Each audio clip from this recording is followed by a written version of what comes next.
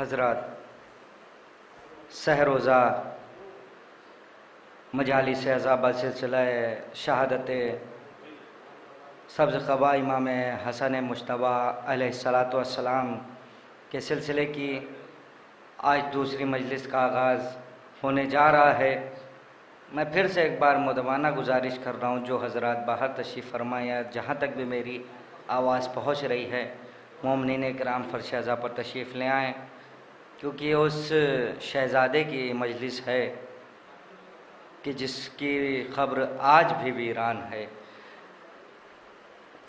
मजलिस का आगाज़ तिलावत कलाम पाक से होने जा रहा है। मैं गुजारिश कर रहा हूँ जनाब मौलाना मुदस्सिर रज़ा साहब सहारनपुरी साहब खिदमत में कि तशरीफ़ लाएँ और तिलावत कलाम पाक से मजलिस का आगाज़ करें। बर मोहम्मद व आले मोहम्मद सलवात।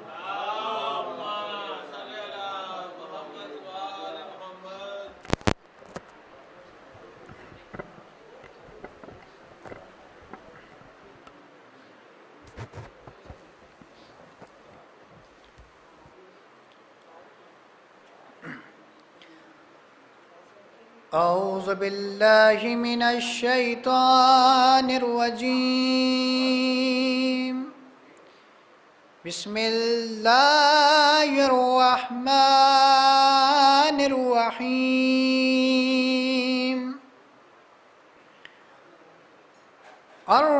अर्रहमान अल्लमल कुरआन खलक़ल इंसान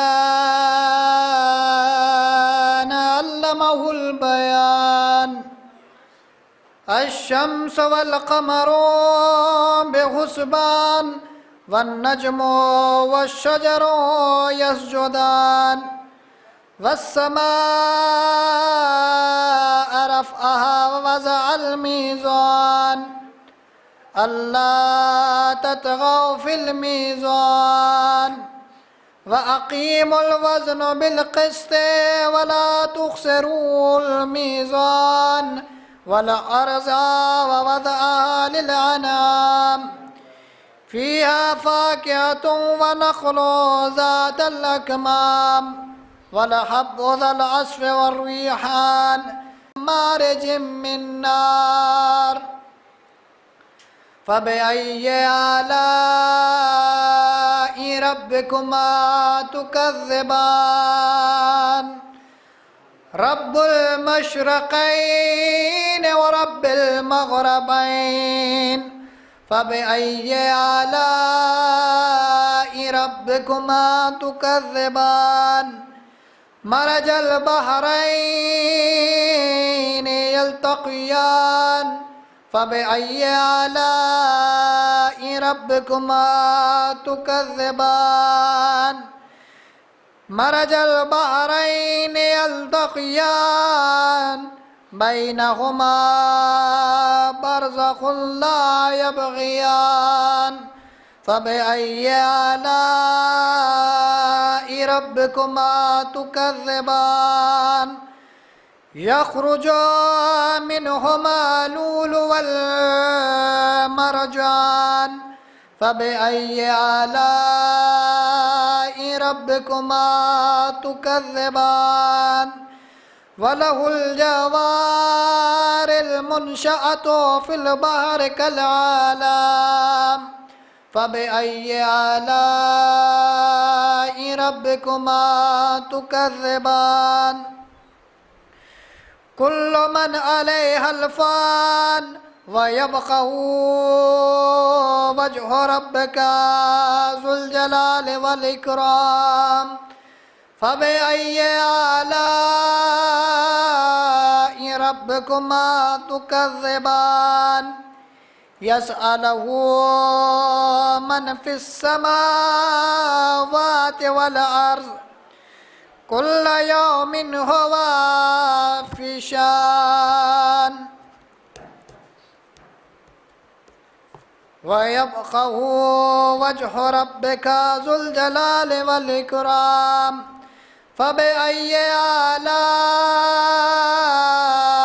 रब्बिकुमा तुकज़्ज़िबान। यसअलुहु मन फ़िस समावाति वल अर्ज़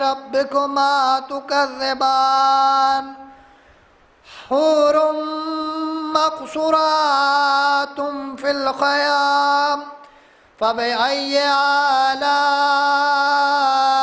रब्बिकुमा तुकज़्ज़िबान लम यतमिसहुन्ना इंसुन क़ब्लहुम वला जान फ़बिअय्यि आलाइ रब्बिकुमा तुकज़्ज़िबान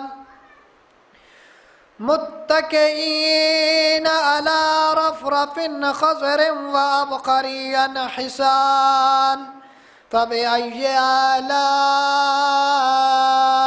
रब्बिकुमा तुकज़्ज़िबान तबारक अस्मु रब्बिका ज़िल जलाल तबारक अस्मु रब्बिका ज़िल जलाल वल इकराम सदक़ल्लाहुल अलीयुल अज़ीम। अल्लाहुम्मा सल्लि अला मुहम्मद।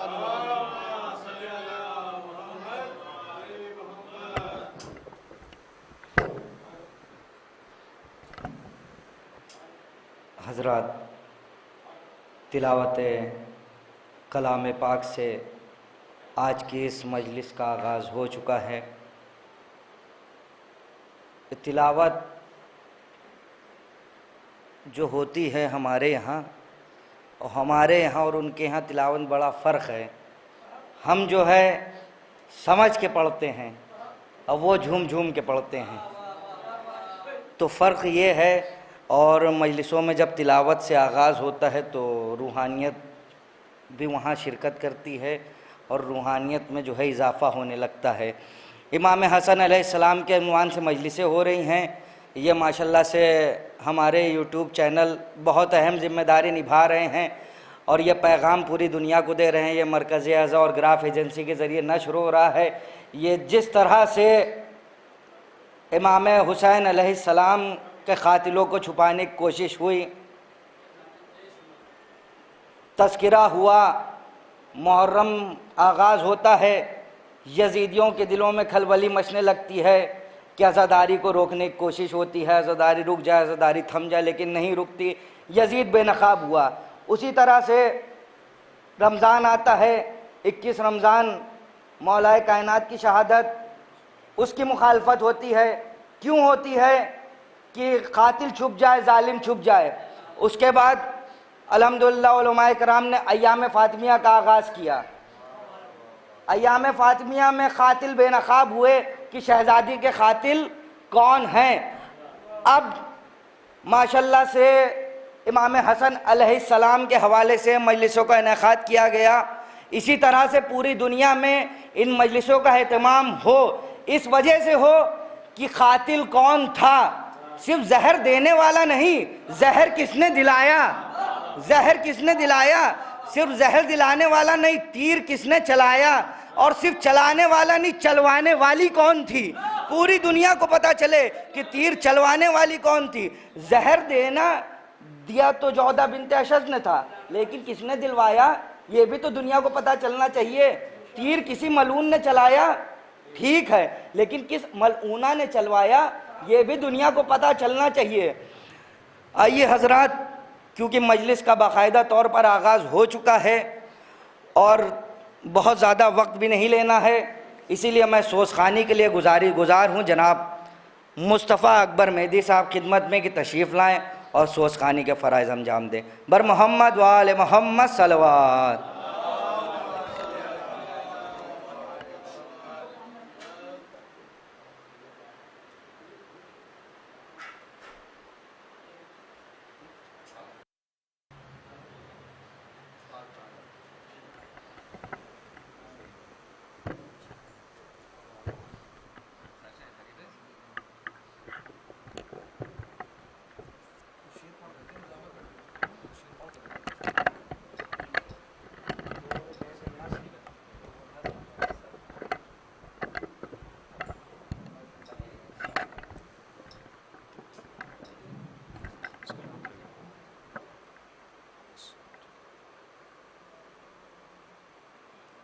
सल्लल्लाहु अलैहि मोहम्मद व आले मोहम्मद।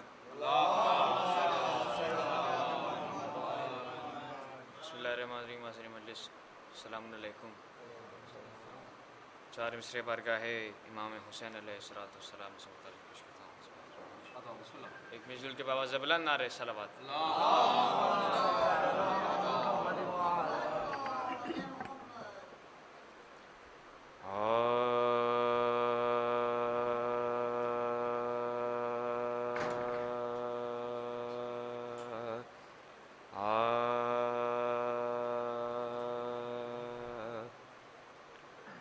वो सलाम,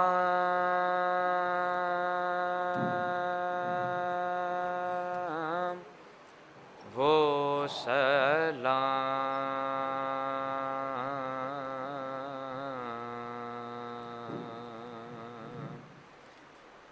लिखिए हुसैन पर के बेहिश्त जिसका सिला मिले,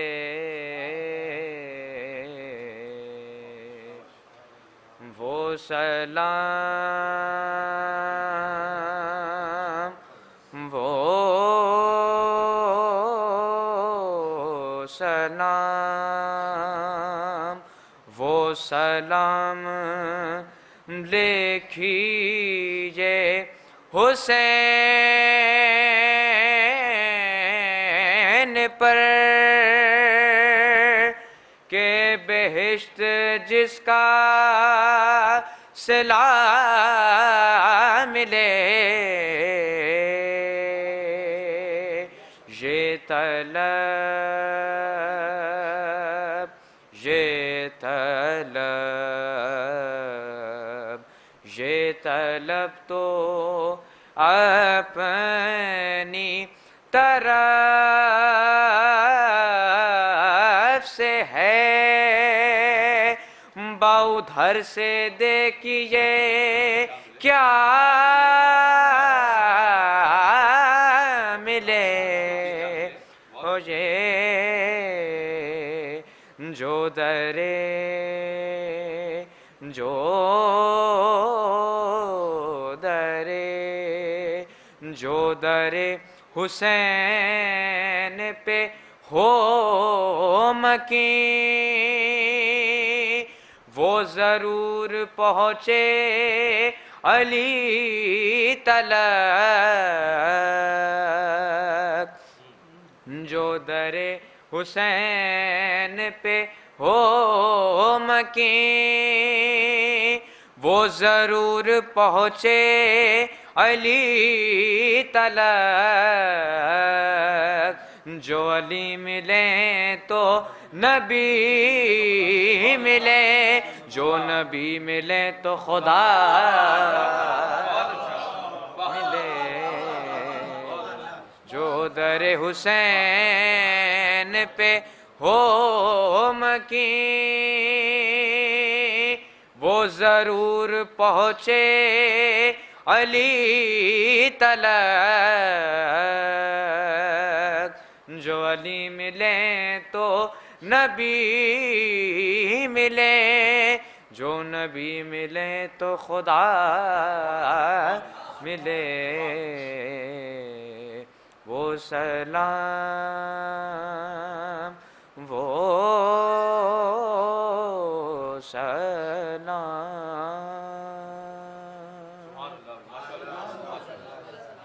सल्लल्लाहु अलैहि मोहम्मद व आले मोहम्मद। एक सलाम की चंद शेर शहीदान करबला से मुताल्लिक़ पेश करता हूं। देखेंगे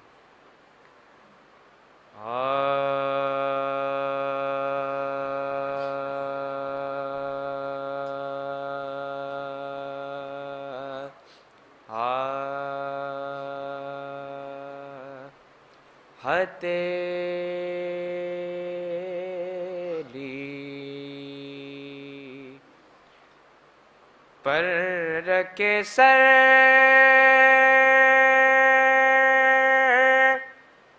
शाह के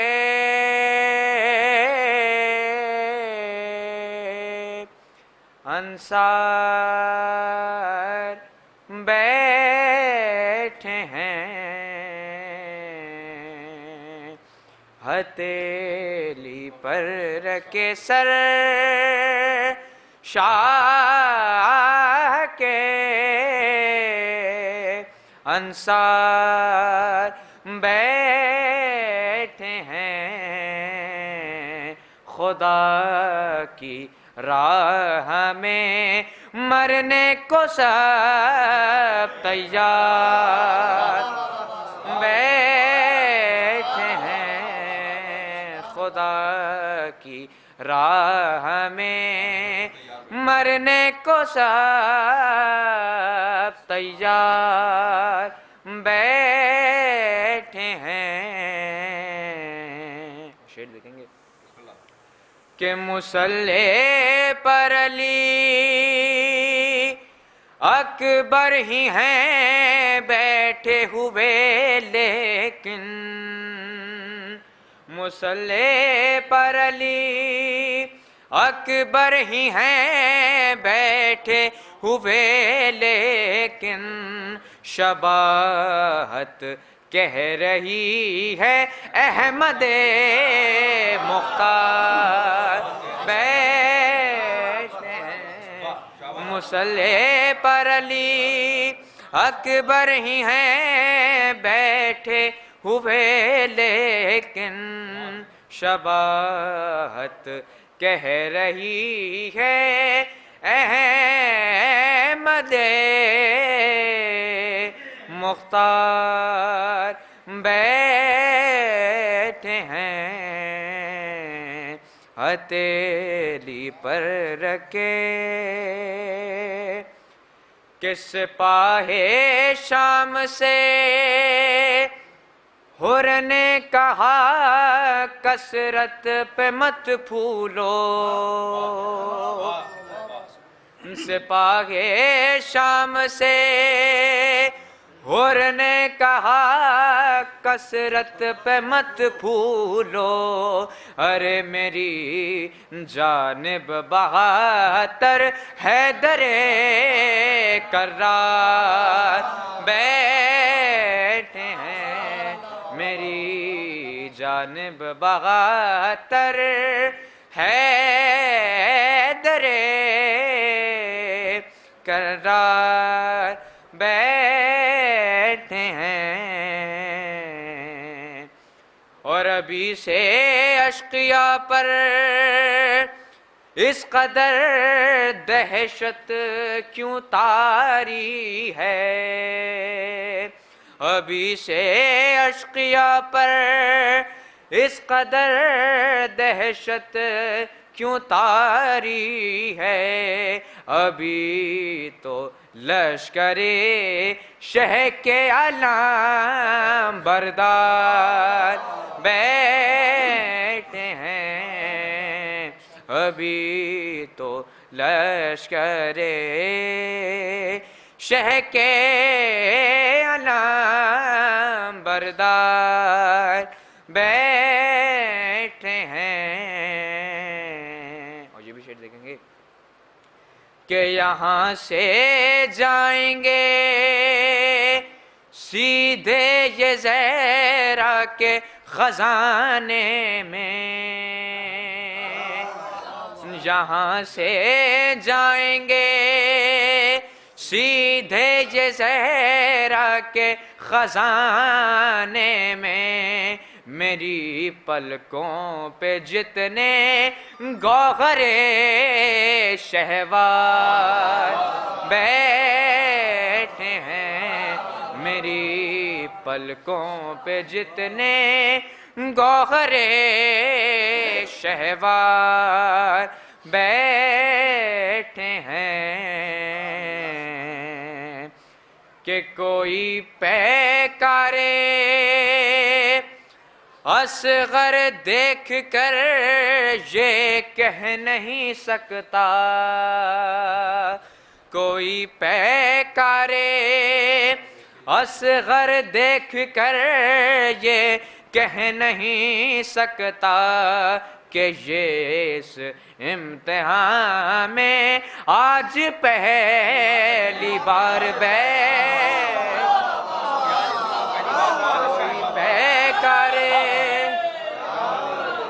कोई पैकारे असगर देख कर ये कह नहीं सकता कोई पैकारे असगर देख कर ये कह नहीं सकता कि ये इस इम्तिहान में आज पहली बार बैठे हैं कि ये इस इम्तिहान में आज पहली बार बैठे हैं हथेली पर रखे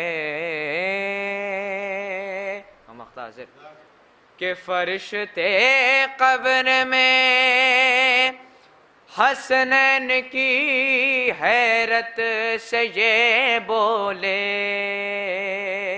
फरिश्ते कब्र में हसनैन की हैरत से ये बोले अरे ये क्या यहाँ तो हैदरे कर्रार बैठे हैं अरे ये क्या यहाँ तो हैदरे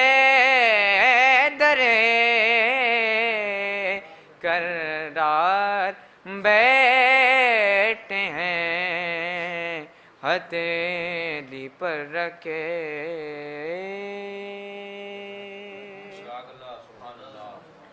फातिहा।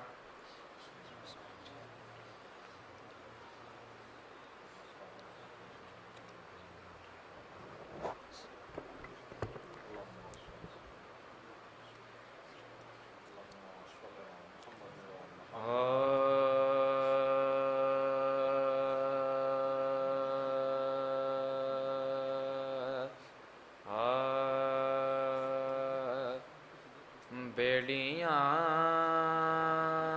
पाँव में हाथों में रसन कौन है ये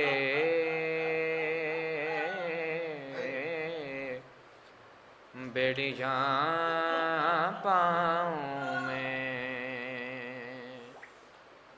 बेड़ियाँ पाँव में हाथों में रसन कौन है ये कैदिये जुल्म ओ सितम तशना दहन कौन है ये कैदिये जुल्म सितम तशना दहन कौन है ये इसके हमराह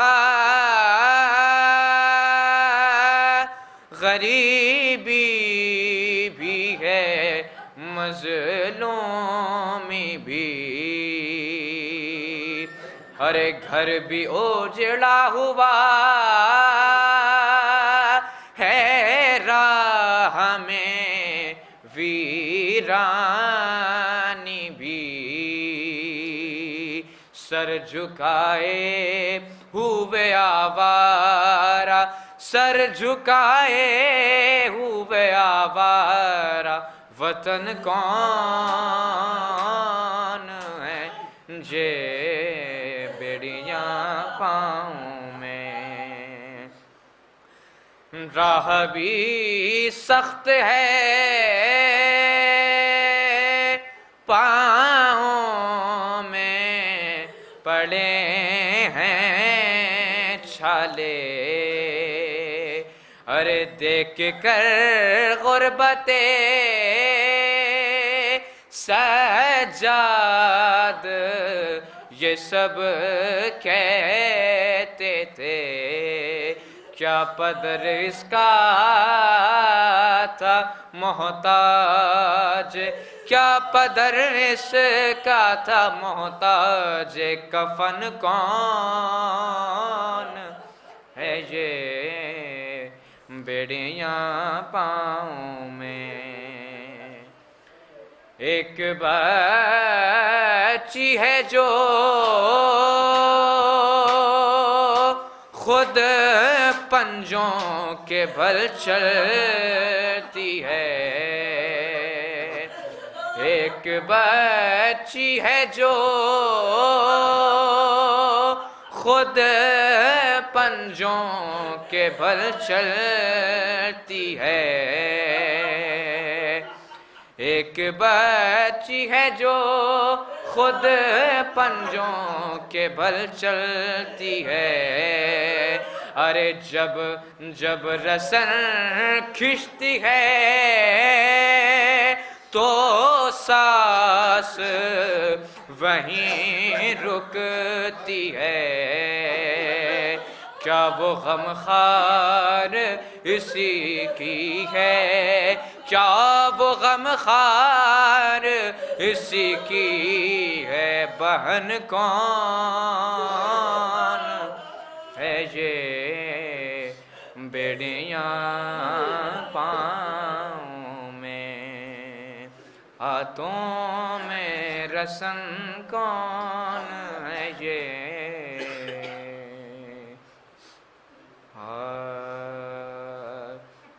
आओ रो लें शहे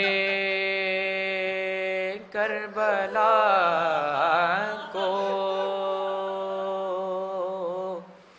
जिंदगी का भरोसा नहीं है, जो भी गिरता है इस गम में आंसू, कोई बेकार जाता नहीं है। जब जले होंगे ख़ैमे हरम के, जब चनी होंगी सर से दाएं, जब जले होंगे ख़ैमे हरम के, जब चनी होंगी सर से दाएं, क्या बनी होंगी सैदानियों पर, क्या बनी होंगी सैदानियों पर, ये समा दिल से जाता नहीं है। आओ रो लें शहे करबला को, बहर ताज़ीम उठो अकबर, पर्दादारी करो मेरे दिलबर, आ रही है सवारी फुबी की, आ रही है सवारी फुबी की, जिसका कोई सहारा नहीं है। और रो लें शहे करबला को, करबला में जो जाएंगी ज़ैनब, क्या बताएंगी भाई को ज़ैनब, छुट के जिंदा से जो आ रहे हैं, छुट के जिंदा से जो आ रहे हैं, उसमें प्यारी सकीना नहीं है। औरों ने शहे करबला को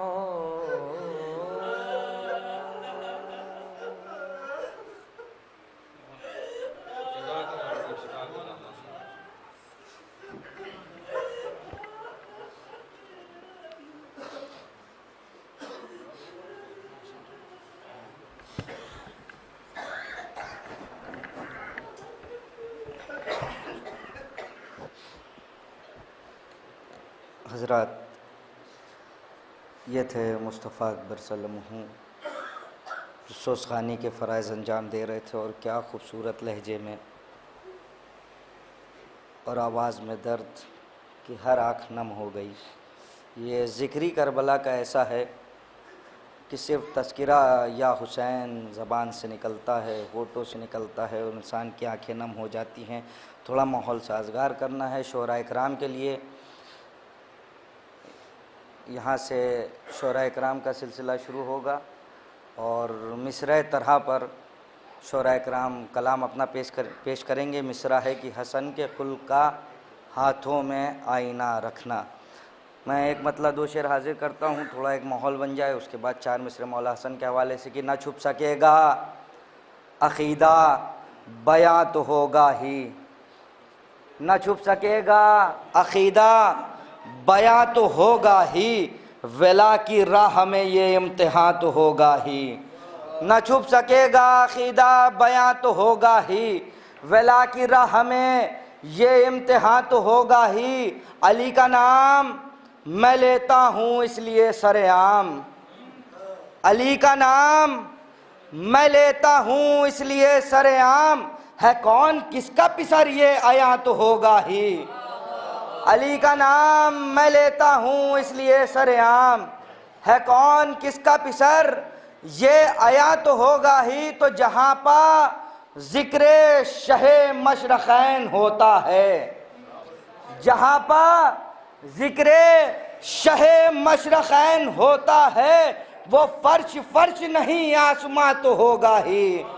जहाँ पा ज़िक्र शहे मशरक़ैन होता है, वो फर्श फर्श नहीं आसमां तो होगा ही। चार मिसरे मुलाजा फरमाइए, उसके बाद फिर इसके पहले शायद इंशाअल्लाह आपके हवाले होंगे कि हसन से इश्क है, हसन से इश्क भी है, दुश्मनों से दूर रहना भी।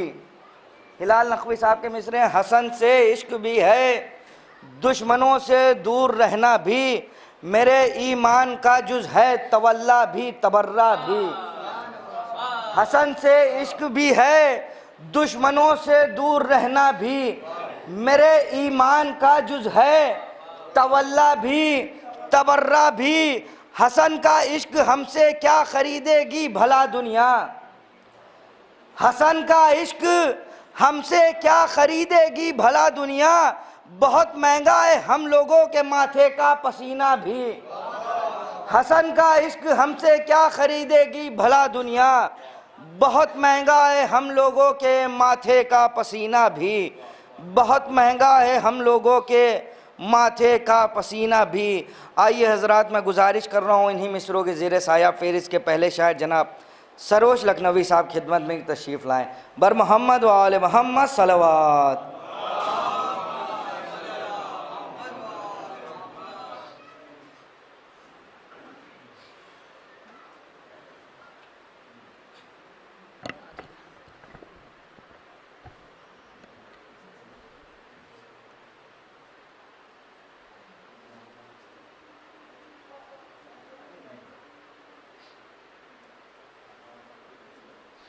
एक सलवात पढ़ें जरा।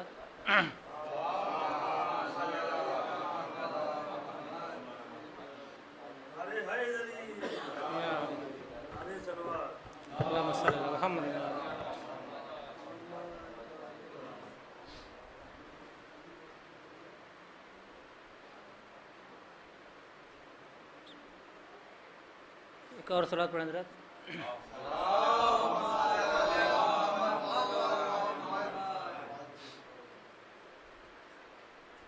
सरोश खुल सिलसिला रखना। सरोश खुल्क पैगंबर का सिलसिला रखना। सरोश खुल्क पैगंबर का सिलसिला रखना। निगाह जलवे शब्बर से आशना रखना। निगाह जलवे शब्बर से आशना रखना। जहाँ को इश्क़ हकीकी से आशना रखना। जहाँ को इश्क़ हकीकी से आशना रखना। ज़बां पर तज़किरे हुस्न करबला रखना। ज़बां पर तज़किरे हुस्न करबला रखना। जहाँ को इश्क़ हकीकी से आशना रखना। ज़बां पर तज़किरे हुस्न करबला रखना। आखिरी मतलब देखें।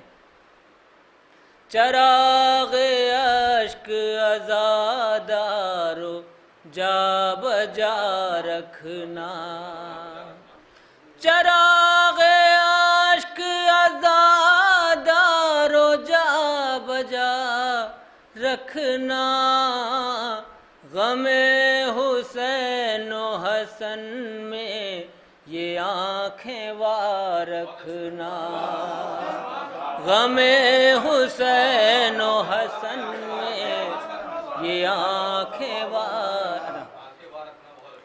चराग़ अश्क अज़ादारो जा बजा रखना।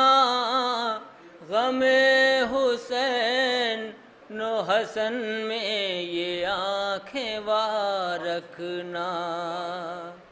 शेर देखें।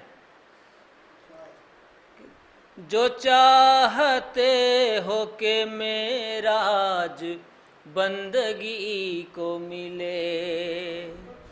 जो चाहते हो कि मेराज बंदगी को मिले।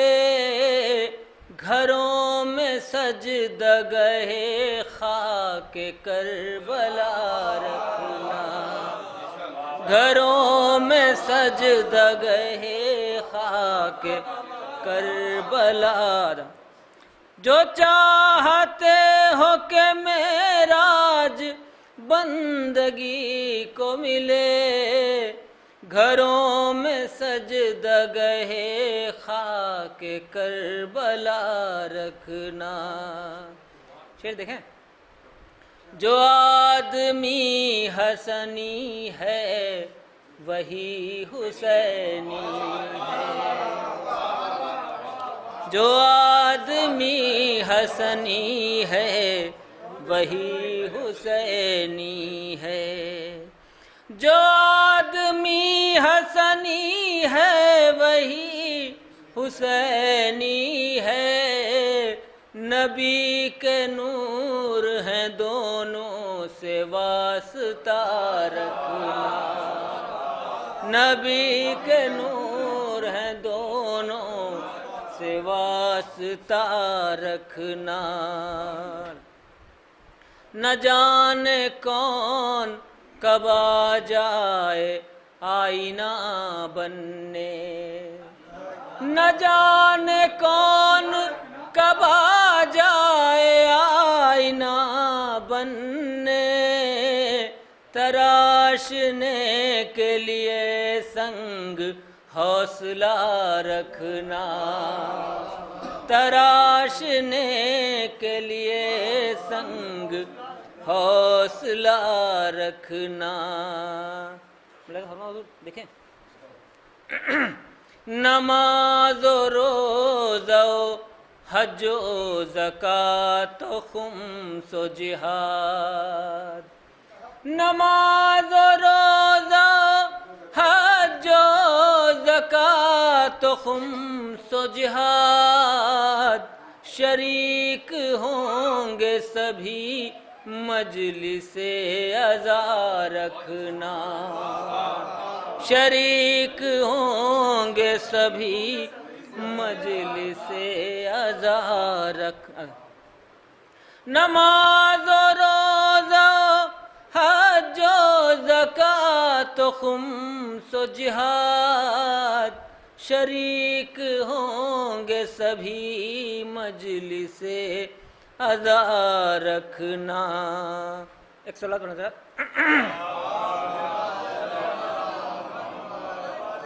बस 2 शेर और मिला फरमाए। हसन के यौम शहादत पभी हो फर्शे अज़ा।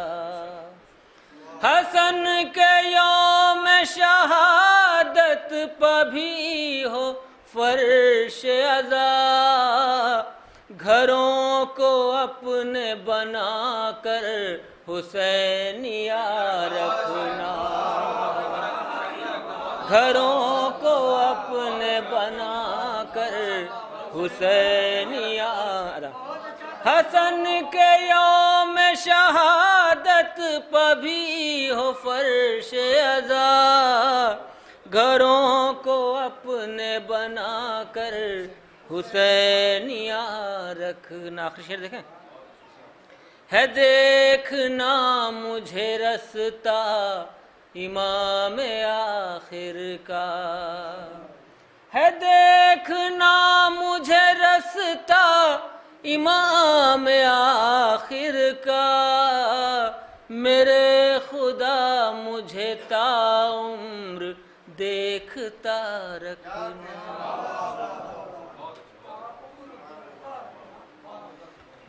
हज़रात थे जनाब सरोज लखनवी साहब जो बारगाह मौला में नजराना अक़ीदत पेश कर रहे थे। फिर इसके अगले शायर को आज देने से पहले 3 शेर हाजिर करता हूँ जनाब मारूफ से इसवी साहब के कि किरदार अपना ऐसा बनाओ कि सारे लोग, किरदार अपना ऐसा बनाओ कि सारे लोग खुद ही कहें कि चाहने वाला हसन का है। किरदार अपना ऐसा बनाओ कि सारे लोग खुद ही कहें कि चाहने वाला हसन का है। एक वो नमाज जिसको पढ़ाते हैं 2 इमाम, एक वो नमाज जिसको पढ़ाते हैं 2 इमाम, एक वो नमाज जिसको पढ़ाते हैं 2 इमाम, एक है अली का दूसरा सजदा हसन का है। एक वो नमाज जिसको पढ़ाते हैं 2 इमाम, एक है अली का दूसरा सजदा हसन का है, और तावीज़ पर लिखा है कि नुसरत कबूल हो। तावीज़ पर लिखा है कि नुसरत कबूल हो। क्या है हसन नहीं है तो बेटा हसन का है। तावीज़ पर लिखा है कि नुसरत कबूल हो। क्या है हसन नहीं है तो बेटा हसन का है। क्या है हसन नहीं है तो बेटा हसन का है। आइए हजरात इन्हीं मिसरों के ज़ेर साया में गुजारूँ जनाब ताज लखनवी साहब की खिदमत में तशरीफ़ लाएँ। बर मोहम्मद वाले मोहम्मद सलवात।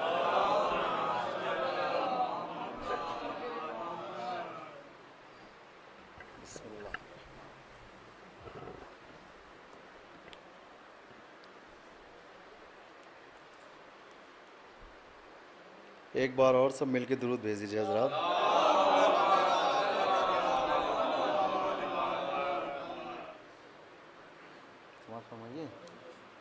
बहुत ही उजलत में हाजिर हुए हैं क्योंकि घर में भी ताबूत वगैरह उठ रहा था। बहरहाल हाजिर हुए हैं, पर्चा बनाने का वक्त नहीं मिल सका तो बहरहाल मोबाइल से और एक बार दुरूद पढ़ दीजिए हजरात।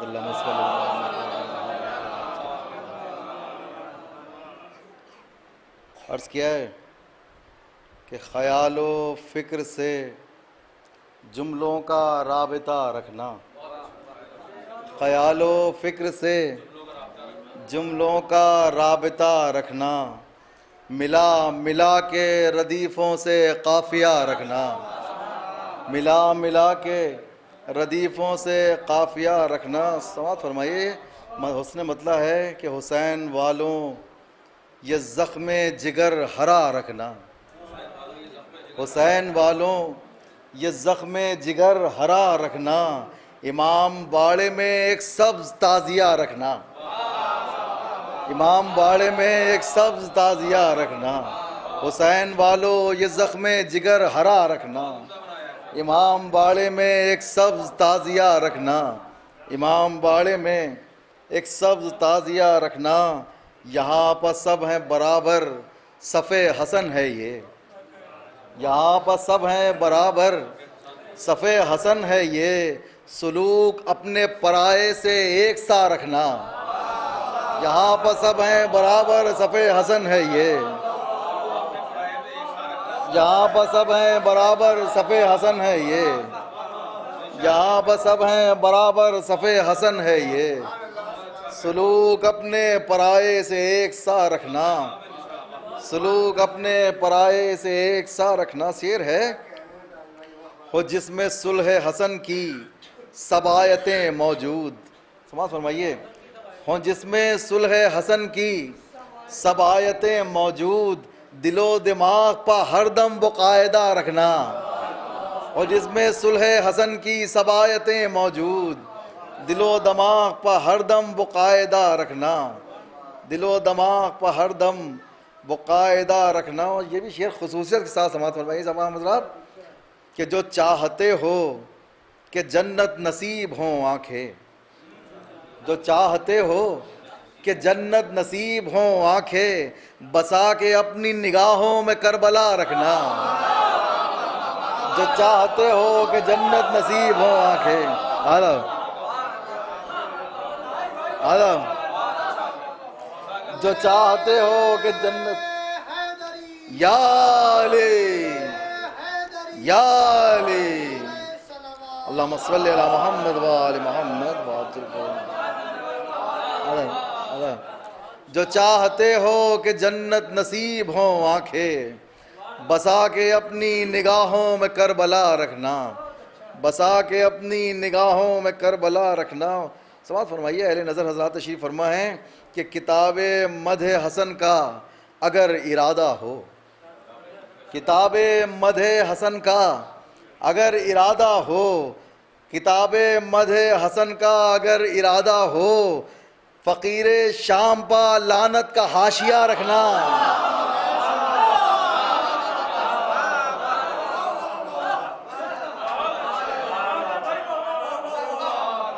किताब मदह हसन का अगर इरादा हो, किताब मदह हसन का अगर इरादा हो, फ़कीर शाम पर लानत का हाशिया रखना, फ़कीर शाम पर लानत का हाशिया रखना।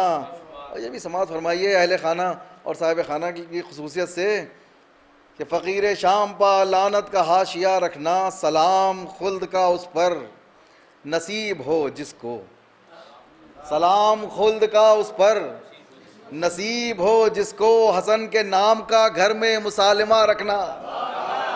सलाम खुल्द का उस पर नसीब हो जिसको, सलाम खुल्द का उस पर नसीब हो जिसको, हसन के नाम का घर में मुसालिमा रखना, हसन के नाम का घर में मुसालिमा रखना। और यकीन है सूरह कौसर तुम्हें जिला देगा। समाअत फरमाइए।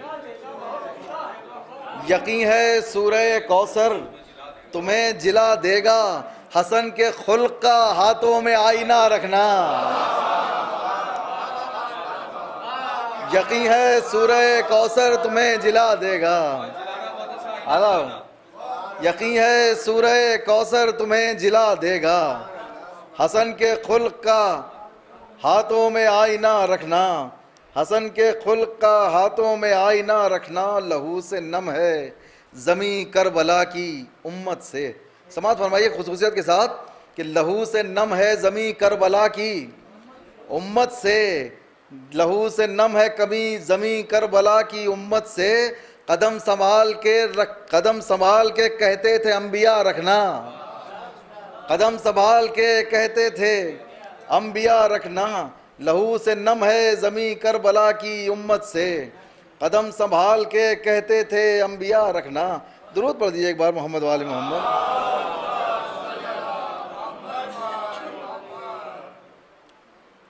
कदम संभाल के कहते थे अंबिया रखना, और ये दर्स देती है करबल की दास्तां हमको, ये दर्स देती है करबल की दास्तां हमको, कि अपनी बात पे सर रहत पर वफा रखना। ये दर्स देती है करबल की दास्तां हमको, ये दर्स देती है करबल की दास्तां हमको, कि अपनी बात पर सर रहत पर वफा रखना, कि अपनी बात पर सर रहत पर वफा रखना। आखिरी शेर और मख्ता समाज फरमाइए कि अपनी बात पर सर अहद पर वफा रखना, वक़ार चाहो जो बहनों तो शह नशीनों में। समाज फरमाइए और भाई, वक़ार चाहो जो बहनों तो शह नशीनों में, जहाँ पर लिखा हो ज़ैनब वहाँ रिदा रखना। वक़ार चाहो जो बहनों तो शह नशीनों में, वक़ार चाहो जो बहनों तो शह नशीनों में, जहाँ पर लिखा हो ज़ैनब वहाँ रिदा रखना, जहाँ पर लिखा हो ज़ैनब वहाँ रिदा रखना, जहाँ पर लिखा हो ज़ैनब वहाँ रिदा रखना। अगर यकीन है परवरदिगार आलम पर, अगर यकीन है परवरदिगार आलम पर, तो इस ज़माने से फिर ताज उम्मीद क्या रखना। अगर यकीन है परवरदिगार आलम पर, अगर यकीन है परवरदिगार आलम पर, तो इस ज़माने से फिर ताज उम्मीद क्या रखना। मिला मिला के रदीफ़ों से काफ़िया रखना, हसन हुसैन वालो ये ज़ख्मे जिगर हरा रखना। इमाम बाड़े में एक सुर्ख ताज़ी एक सब्ज़ ताज़िया रखना। पर मोहम्मद वाले मोहम्मद सलवात।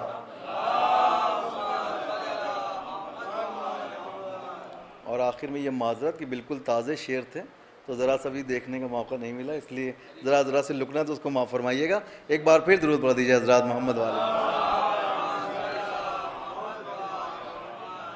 हज़रात थे जनाब ताज लखनवी साहब जो बारगाह मौला में नजराना अक़ीदत पेश कर रहे थे। इख्तिसार को मुख्तसर करते हुए 4 मिसरे हाजिर करता हूँ। उस फ़हरिस्त के आखिरी शायर को आवाज़ दूँगा कि जो अपनी ज़िंदगी नामे इमाम कर देंगे, जो अपनी ज़िंदगी नामे इमाम कर देंगे, इमाम तुमको ज़विल एहतराम कर देंगे। जो अपनी ज़िंदगी नामे इमाम कर देंगे, इमाम तुमको ज़विल एहतराम कर देंगे। और खिलाफ़े ज़ुल्म ज़रूरी नहीं कि तेग उठे, खिलाफ़े ज़ुल्म ज़रूरी नहीं कि तेग उठे, हसन कलम से ही किस्सा तमाम कर देंगे। खिलाफ़े ज़ुल्म ज़रूरी नहीं कि तेग उठे, खिलाफ़े ज़ुल्म ज़रूरी नहीं कि तेग उठे, खिलाफ़े ज़ुल्म ज़रूरी नहीं कि तेग उठे, हसन कलम से ही किस्सा तमाम कर देंगे। आइए हज़रात, फिर इसके आखिरी शायर मैं गुजारिश कर रहा हूँ जनाब साहिल फैज़ाबादी साहब खिदमत में कि तशरीफ़ लाएं और बारगाह इमाम में नजरान अक़ीदत पेश करें। बर मोहम्मद वाले मोहम्मद सलवात।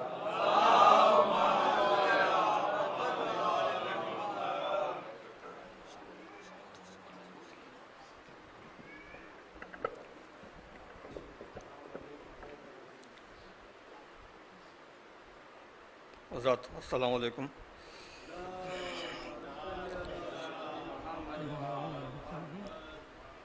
दो मासूमों की शहादत, लिहाजा मतला हाजिर करते हैं। तो रखा दे एक सलवात का सारा और दें।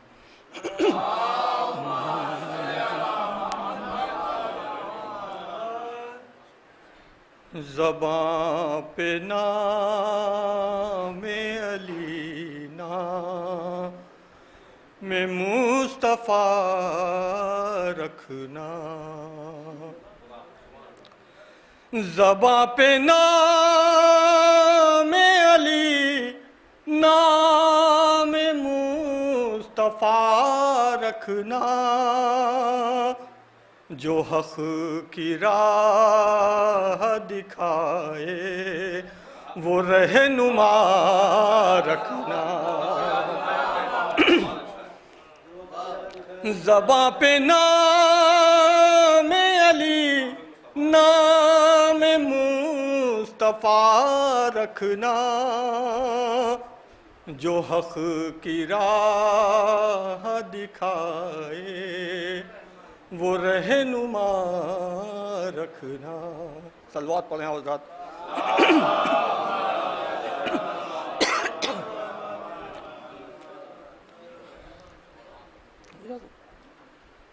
जो हक की राह दिखाए वो रहनुमा रखना। उसने मतलब भी हासिल करते हैं, देखें तो। जो चाहता है जवानों सा हौसला रखना। सुनेंगे?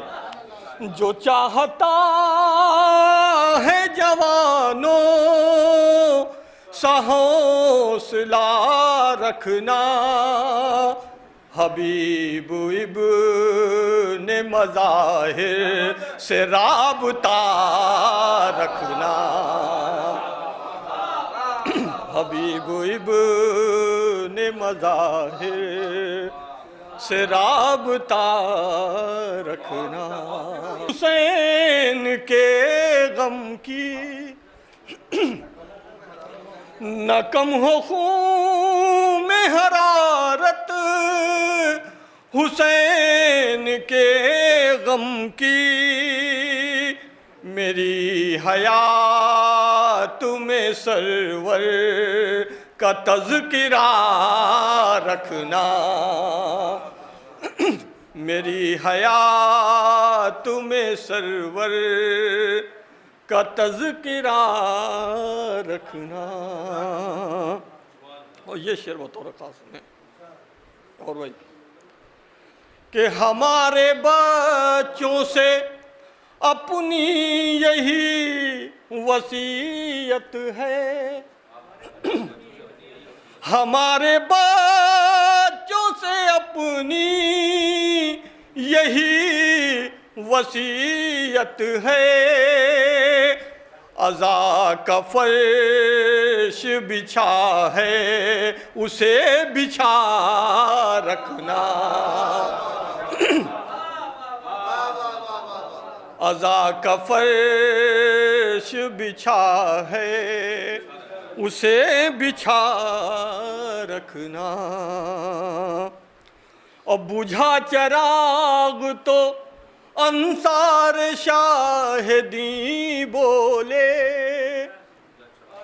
बुझा चिराग तो अंसार शाहिदी बोले। कटे ये सर भी तो शब्बीर से वफा रखना।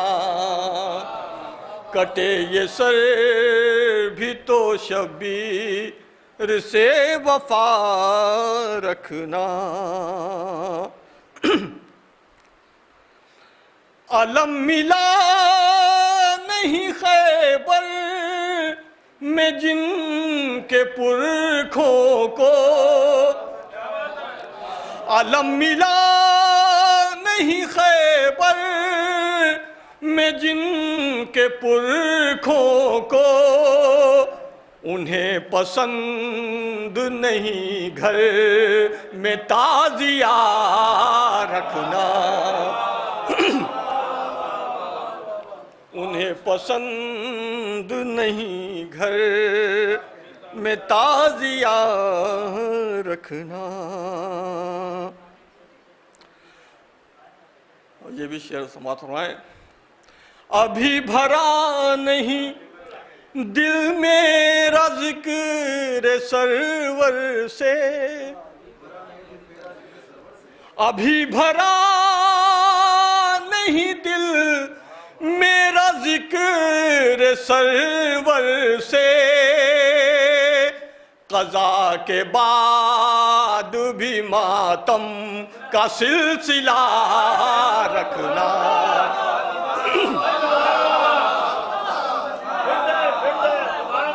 अभी भरा नहीं अभी भरा नहीं दिल मेरा जिक्र सरवर से,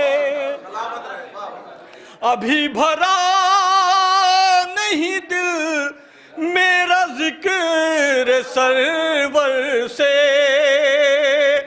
क़ज़ा के बाद भी मातम का सिलसिला रखना।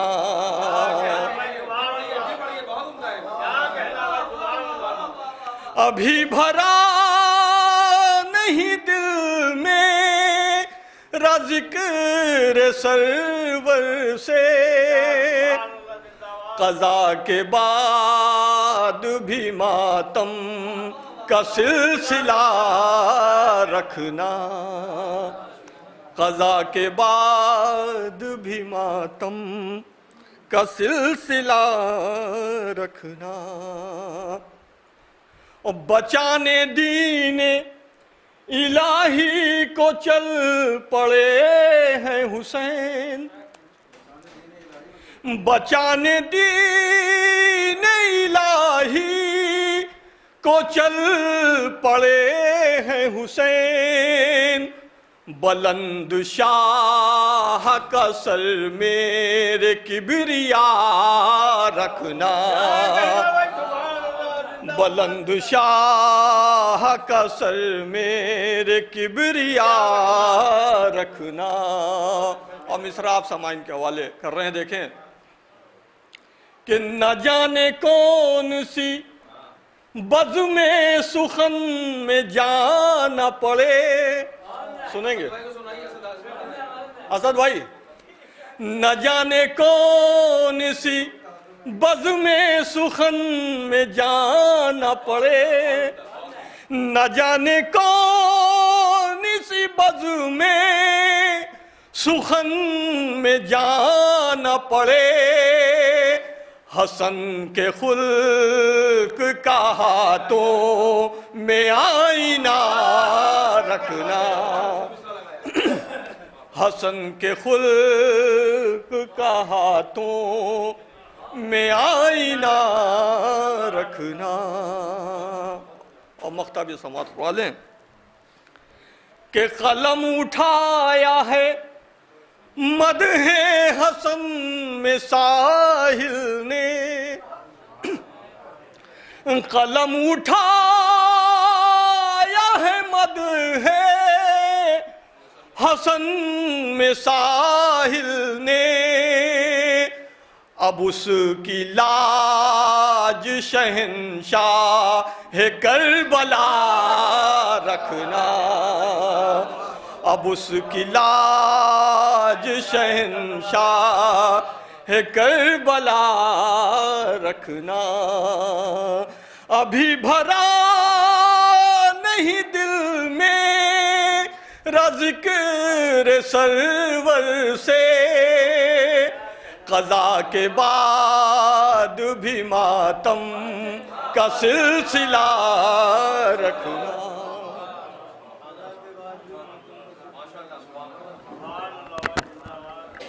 हज़रात थे जनाब साहिल फैज़ाबादी साहब जो बारगाह मौला में मंजूम नजरान अक़ीदत पेश कर रहे थे।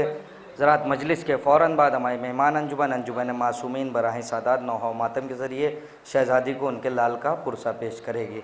आइए हज़रात बढ़िया अदब व एहतराम के साथ मैं गुजारिश कर रहा हूँ ख़तीब अहले बैत अली जनाब मौलाना उम्दतुज़ ज़ाकिरीन अली जनाब सैयद अतहर अब्बास ज़ैदी साहब क़िबला मुज़फ़्फ़रनगरी खिदमत में कि इमाम हसन और तहफ़्फ़ुज़ दीन के उन्वान से आज की दूसरी मजलिस को खिताब करें। बर मोहम्मद व आले मोहम्मद सलवात। आप हज़रात से गुजारिश है कि थोड़ा थोड़ा सा और आगे आ जाएं ताकि जो मोमिनीन बाद में आए उनको किसी तरह की ज़हमत ना, थोड़ा थोड़ा सलवात भेजते हुए आगे आ जाइए।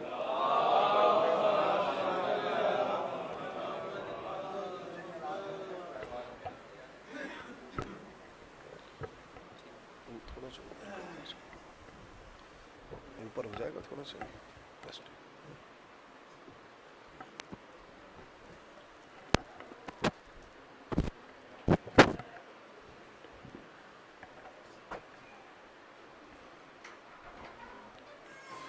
रहमल्लाहु मन क़रा अल-फ़ातिहा।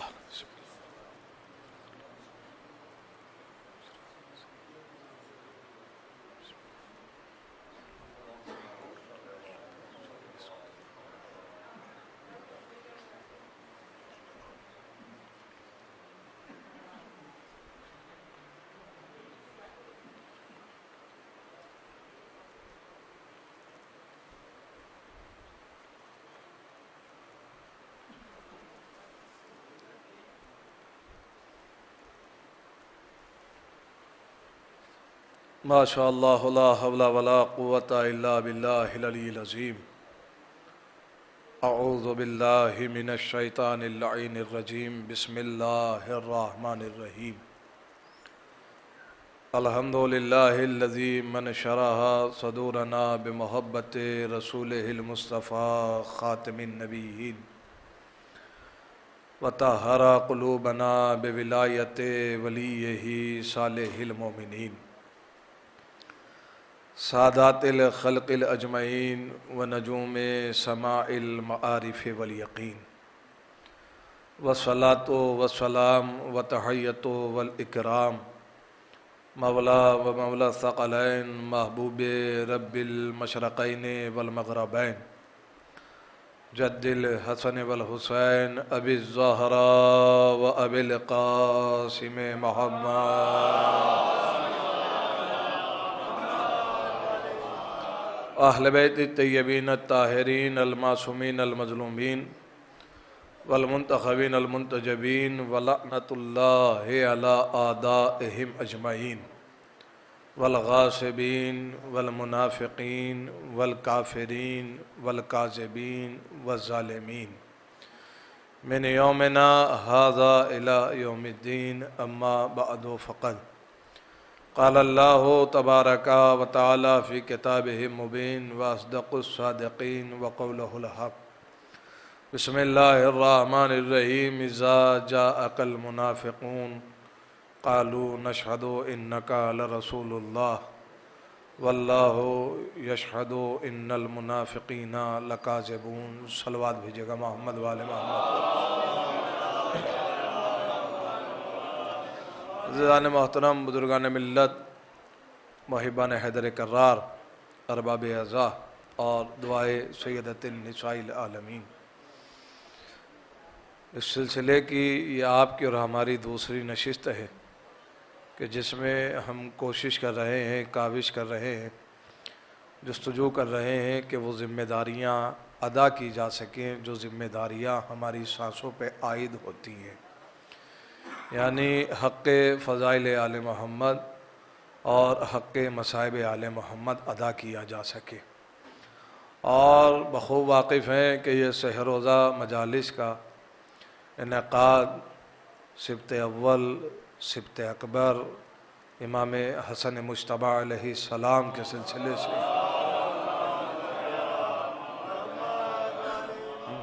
से किया गया है, तो लिहाजा कोशिश है कि चंद बातें हैं जो आपके अज़हान आलिया तक पहुँचाने की कोशिश करूँगा। लिहाजा चूँकि आज 28 सफ़रुल मुज़फ़्फ़र है और आज यौम शहादतैन है, तो लिहाजा सरकार ख़त्म मरतबत हज़रत मोहम्मद मुस्तफ़ा सल्लल्लाहु अलैहि वसल्लम और उनके सिब्त अव्वल की शहादत का रोज़ है। तो लिहाजा उम्मत मुसलमा में ये इख्तलाफ है कि वो सिब्त अकबर की शहादत के तो कायल हैं लेकिन शहादत रसूल के कायल नहीं है, ये उम्मत मुसलमा में इख्तलाफ है। तो बहरहाल फिर भी एक जुमला इस हवाले से अर्ज़ करता चलूँ, चूँकि शहादत है तो शहादत के अपने रमूज़ हैं, शहादत के अपने असरार हैं, शहादत के अपने मंज़लत है, शहादत का अपना मैयार है और मर्तबा है। लेकिन फिर भी एक जुमला सर्फ़ करता चलूँ, जहाँ शहादत के तमाम तर असरार हैं और तमाम तम रमूज़ हैं, उनमें शहादत के दो बड़े काम जो तारीख़ इंसानियत में नुमाया हुए वो ये हैं कि शहादत का पहला काम तो ये है कि शहादत कभी शहीद को मरने नहीं देती। मैं शायद जैसे जुमला सर्फ करना चाहिए था मैं वैसे सर्फ नहीं कर पाया। शहादत का पहला बड़ा काम तो ये है कि शहादत कभी शहीद को मरने नहीं देती, और शहादत का दूसरा बड़ा काम ये है कि शहादत कभी कातिल को छुपने नहीं देती। भाई अगर ये लफ्ज़ पहुंच जाता तो इसे बुनियाद बना दिया जाए तो शहादत के दो ये बड़े तमाम तरह असरारों में दो राज बड़े ये हैं कि शहादत कभी शहीद को मरने नहीं देती और शहादत कभी कातिल को छुपने नहीं देती। नकीज के तौर पर अर्ज़ कर रहा हूँ और आपसे पूछ रहा हूँ कि इस रूए ज़मीन के सबसे पहले शहीद कौन है? जिन्हें शहीद किया गया इस रूए ज़मीन पर सबसे पहले जनाबे हाबील हैं, है ना। अब ये मैंने सिर्फ नकीज के तौर पर जवानों के लिए अर्ज़ कर रहा हूँ है। तो ये जो सबसे पहले शहीद हैं और जिसे उम्मत मुसलमा तस्लीम किए हुए है कि सबसे पहले शहीद जनाब हाबील हैं, तो ये कितने महीने पुरानी बात है? तो कहेंगे कि हजूर ये महीनों पुरानी नहीं, हज़ारों सदियों पुरानी बात है। हज़ारों सदियां गुजर गईं और एक वक्त तो ऐसा आया कि क़यामत के करीब क़यामत आ गई, यानी तूफ़ान नूह, और दुनिया फिर आबाद हुई और फिर फासिको फाजिर हो गई। कितने रद्दो बदल हुए, पर शहादत ने आज तक शहीद को मरने ना दिया। नहीं, आपने गौर किया है ना। और वहीं जितनी तख्ते पलटे, जितनी हुकूमतें आईं, न जाने कितने जालिम जाबिर फासिक हैं तख्त नशीन हुए, पर न कातिल को आज तक छुपा सके हैं। तो लिहाजा शहादत के ये बड़े अजीब राज हैं। एक शाह मोहम्मद किताब के हवाले से, चूँकि रिसालत माब के सिलसिले से भी एक जुमला अर्ज करता चलूँ, तो एक किताब है शाह मोहम्मद जो है वो सिर्रुश शहादतैन, उर्दू में भी तर्जुमा हो गया है, दस्तयाब हो सकती है। शाह अब्दुल अजीज़ मुहद्दिस देहलवी की ये किताब है। तो उन्होंने उसमें लिखा ख़त्म मरतबत और ख़त्म नबूवत के हवाले से, भाई ये बहुत नाजुक सा जुमला है, इसे बुनियाद बना रहा हूँ। सिर्रुश शहादतैन यानी दो शहादतों के राज। अब इन दो शहादतों में उन्होंने रिसालत महब को शुमार नहीं किया है, बल्कि ये दो शहादतें इमाम हसन की शहादत और इमाम हुसैन की शहादत से मुराद लिया है। वो उसमें उन्होंने गुफ्तगू करते हुए कहा कि ख़त्म नबूवत, चूँकि सरकार ख़त्म मरतबत पर नबूवत का ख़ात्मा है, अब इनके बाद कोई नबूवत आने वाली नहीं है, इस कैफियत को महसूस कीजिएगा। उन्होंने लिखा कि ख़त्म नबूवत से जो मुराद है वो ये है कि अल्लाह ने जितने भी नबी और रसूल भेजे, हर नबी के सफ़ात और हर नबी के कमालात अल्लाह ने आखिरी नबी में जमा कर दी है।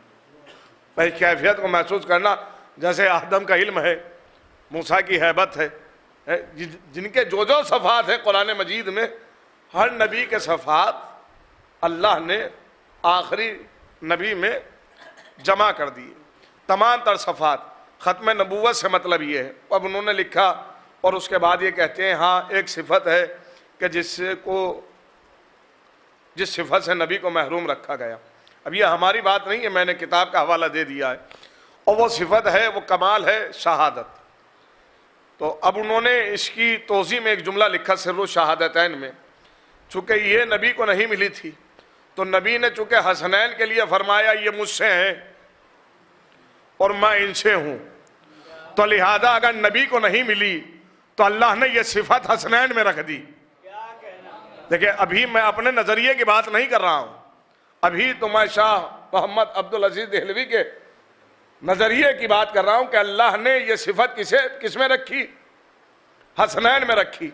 और हसनैन को नबी ने अपना बेटा बेटा कहकर पुकारा, तो जो सिफत हसनैन में रखी यानी बेटों में रखी, लिहाजा अब नबी बेटे, चूंकि हसनैन है बेटे, तो नबी इस सिफत में शरीक हो गए, इस हवाले से कि चूंकि हसनैन को ये सिफत हासिल हुई और नबी कह चुके ये मुझसे हैं और मैं इनसे हूं, तो लिहाजा इनकी सिफत कहलाई नबी की सिफत। या लफ्ज आसान करूं तो यूं कहूं शहादत हसन को इन्होंने शहादत रसूल में शामिल किया। यह है उनका नजरिया। अब अगर बात यही है तो फिर मुझे इससे बढ़कर कहने का हक है। अगर तुमने ये कहा है कि शहादत हसन असल में शहादत रसूल है, तो फिर ये भी मानो कि जो कातिल हसन है, भाई आपने गौर नहीं किया है, वो बहुत नाजुक सा मरहला है ना। तो जब आप शहादत हसन को शहादत रसूल तस्लीम कर रहे हैं, तो फिर ये भी मानो जो खानदान हसन का कातिल, भाई वही खानदान है नबी का कातिल। तो लिहाजा ये तो उनके हवाले से था, लेकिन चूंकि अजमत के हवाले से है, फिर एक जुमला अर्ज करूंगा। दो मैंने एक किताब का नाम दिया, अब एक किताब और लिख लीजिए। ये फजीलत के हवाले से, ये शहादत के हवाले से था, अब एक फजीलत के हवाले से सुन लीजिए। तदरीजुल बुखारी, उर्दू में भी तर्जुमा हो गया, मैंने नाम अर्ज किया इसलिए ताकि कोई परेशानी ना हो। जनाबे उम्मे सलमा बिनते उमैस है ना, अब कनीज़ा खास है, अपने शौहर से मुकालमा कर रही हैं और नाच कर रही हैं अपनी फजीलत पर। जलीलु कद्र है शौहर भी तारीख़ इस्लाम में, जाके देखिएगा। लेकिन मैं चूँकि फजीलत के हवाले से एक जुमला अर्ज कर रहा हूँ, तो कहते हैं कि शौहर अपनी फजीलत बयान कर रहा है और ज़ौजा अपनी फजीलत बयान कर रही है। शौहर कह रहे हैं कि मैं अफजल हूँ और बीवी कह रही है कि मैं अफजल हूँ। तो शौहर ने कहा कि मैं इसलिए अफजल हूँ कि मैं नबी की हिजरत का साथी हूँ। तो बीवी ने कहा कि मैं इसलिए अफजल हूँ कि मैं नबी की खादिमा हूँ। तो कहा कि मैंने नबी के साथ शौहर का ये मुकाबला हो रहा है एक फजीलत का। तो कहा मैंने नबी के साथ जंगों में शिरकत की है, सफ़र में, हज़र में, मैदानों में, मसाजिद में। तो बीबी कहती है कि मैंने नबी के घराने की खिदमत की है, इसलिए मैं अफजल हूँ। और बड़े एक दूसरे अपने फ़ज़ाइल बयान करते रहे, और जब ये तय ना पाया कि कौन अफजल है, तो फ़ैसला ये किया कि चलो रसूल की बारगाह में चलें, वो बयान करेंगे कि हम दोनों में अफजल कौन है। अब दोनों रसूल के पास आए तो रसूल ने पूछा खैरियत तो है कि दोनों साथ आ रहे हो? कहा एक मसले पर झगड़ा हो रहा है। कहा क्या कि हम ये तय नहीं कर पा रहे कि हम दोनों में अफजल कौन है। या नबी अल्लाह आप बताइए कि हम में अफजल कौन है। तो नबी मुस्कुराए और मुस्कुरा के फरमाया कि तुम्हारी ज़ौजा अफजल है। अब मैंने हवाला दिया है तदरीज बुखारी का, और उसको एक नकीज़ बना रहा हूँ एक फजीलत की तरफ। तो अब इन्होंने फ़ौरन कहा या नबी अल्लाह कोई दलील कि जिसकी वजह से आप कह रहे हैं कि ज़ौजा अफजल है। तो नबी ने फरमाया हाँ दलील है। और दलील वादे दलील क्या है कि दलील यह है कि मेरा जो सिबत अव्वल है, जो मेरा सिबत अकबर है हसन, आपकी ज़ौजा ने उसकी दाई का फरीज़ा अंजाम दिया है। नहीं आपने गौर किया हुजूर, उसकी दाई का फरीज़ा अंजाम दिया है। ये तदरीज बुखारी में रिवायत है, कम से कम इस नज़रिए पे ही मान लेते। अरे जो दाई का मुकाबला ना कर सका हसन की, वो हसन के बाप का क्या मुकाबला करेगा? भाई जो फजीलत में हसन की दाई का मुकाबला ना कर सका, वो फजीलत में हसन के बाप का क्या मुकाबला करेगा? नबी ने अपनी जिंदगी में न जाने कितने मकामात है जहां बताया कि हसन का मर्तबा क्या है, हसन का मैयार क्या है। मैं बस 2 मरहलों से तमहीद से गुजर चुका हूं और एक मंजिल की तरफ हूं। एक मौज़ा बयान करना है इमाम का और एक इमाम की मसलहत बयान करना चाहता हूं। कैफियत यूं है कि सन 3 हिजरी में 11-15 रमज़ान मुबारक में इमाम की आमद हुई। रिसालत में आपके घर का पहला चश्मो चराग, और सिर्फ चराग नहीं, ज़रा सुनिए, इमाम की आमद पर नबी ने पूरे मदीने में चरागा कराया। आपने इस कैफियत को महसूस नहीं किया है? नबी जो करे वो सुन्नत बन जाती है ना। तो उम्मत को नबी का ऊंचा पैजामा पहनना तो सुन्नत नजर आया है, और हसन की आमद पर चरागा करना नजर नहीं आया। नहीं आपने गौर किया है? भाई ऊंचा पैजामा तो सुन्नत नजर आया है, लेकिन हसन की आमद पर जो चरागा किया जा रहा है, हसन की आमद पर तो चरागा किया, और नबी ने अकीका भी कराया और दावत भी कराई, और फिर हसन को आगोश में लिया। और आगोश में लेकर नबी ने अपनी ज़बान अक़दस हसन के दहन में दी। और ये नबूवत ने मौलाए कायनात के साथ भी किया, इमामत के इमाम हसन के साथ भी ये अमल है, और इमाम हुसैन के साथ भी ये अमल है, और इमाम ज़ैनुल आबिदीन के साथ भी, वो इमाम हुसैन के साथ भी ये अमल है। बस कैफियत को महसूस करना, एक इशारे देना चाहता हूँ, इसे हुस्न खिताबत समझिएगा या हुस्न तन।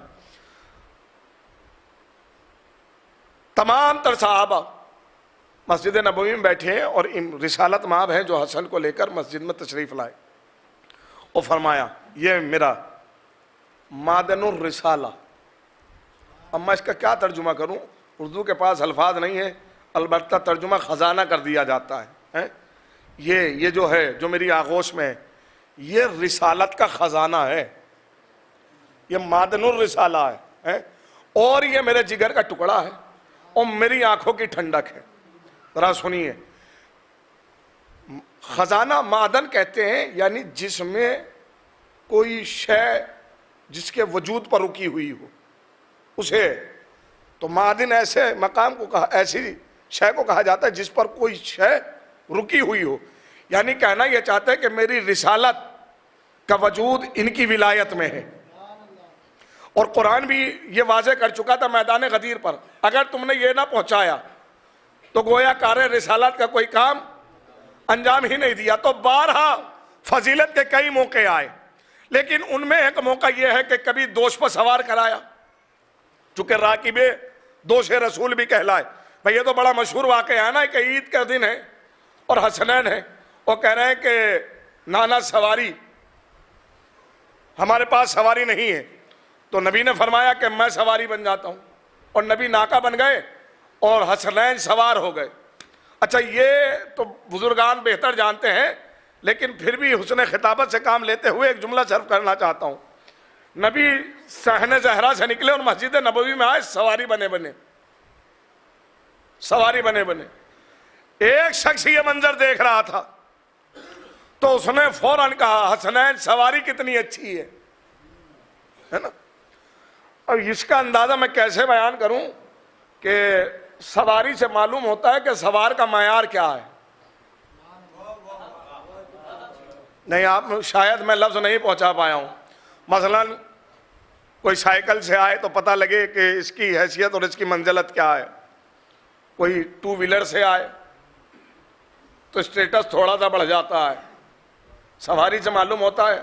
कोई 4 व्हीलर से आए तो स्टेटस और बुलंद हो जाता है, और 4 व्हीलर्स में भी कोई मर्सिडीज या रोल्स रॉयल से आए तो मयार और बुलंद हो जाता है, और अगर कोई प्राइवेट जेट से आए तो मयार और बुलंद हो जाता है। सवारी से पता लगता है सवार कितना अहम है।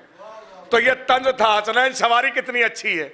नबी ने फौरन कहा तुझे सवारी नजर आई है, सवार नजर नहीं आया कि सवार कितना मायारी है।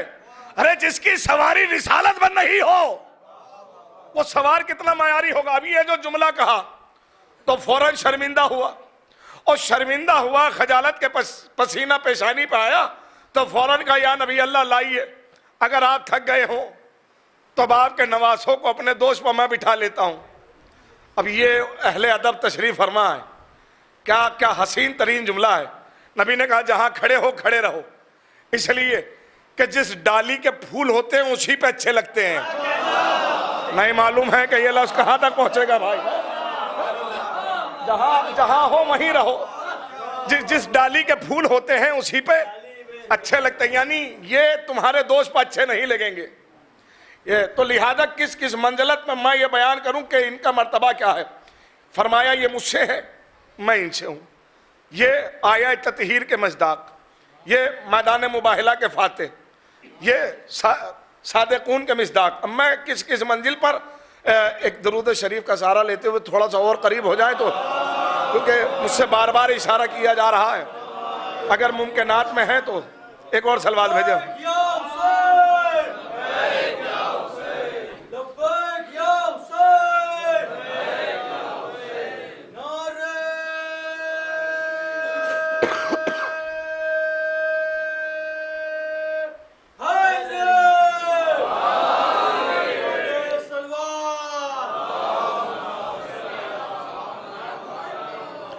अब मैं जो है वो बिहारुल अनवार से एक जुमला पढ़ रहा हूँ और ताकि बहुत कैफियत बहुत करीब हो जाए।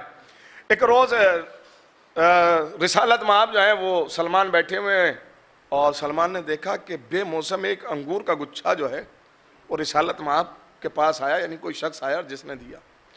तो नबी ने फरमाया सलमान जाओ हसन को बुला कर लाओ, और मैं नहीं चाहता कि इसे हम तन्हा तनावुल करें। तो हसन आए, सलमान आए, दक्कुल बाब क्या बीबी सिबते अव्वल कहाँ है? कहा क्यों? कहा इसलिए कि नबी ने बुलाया है।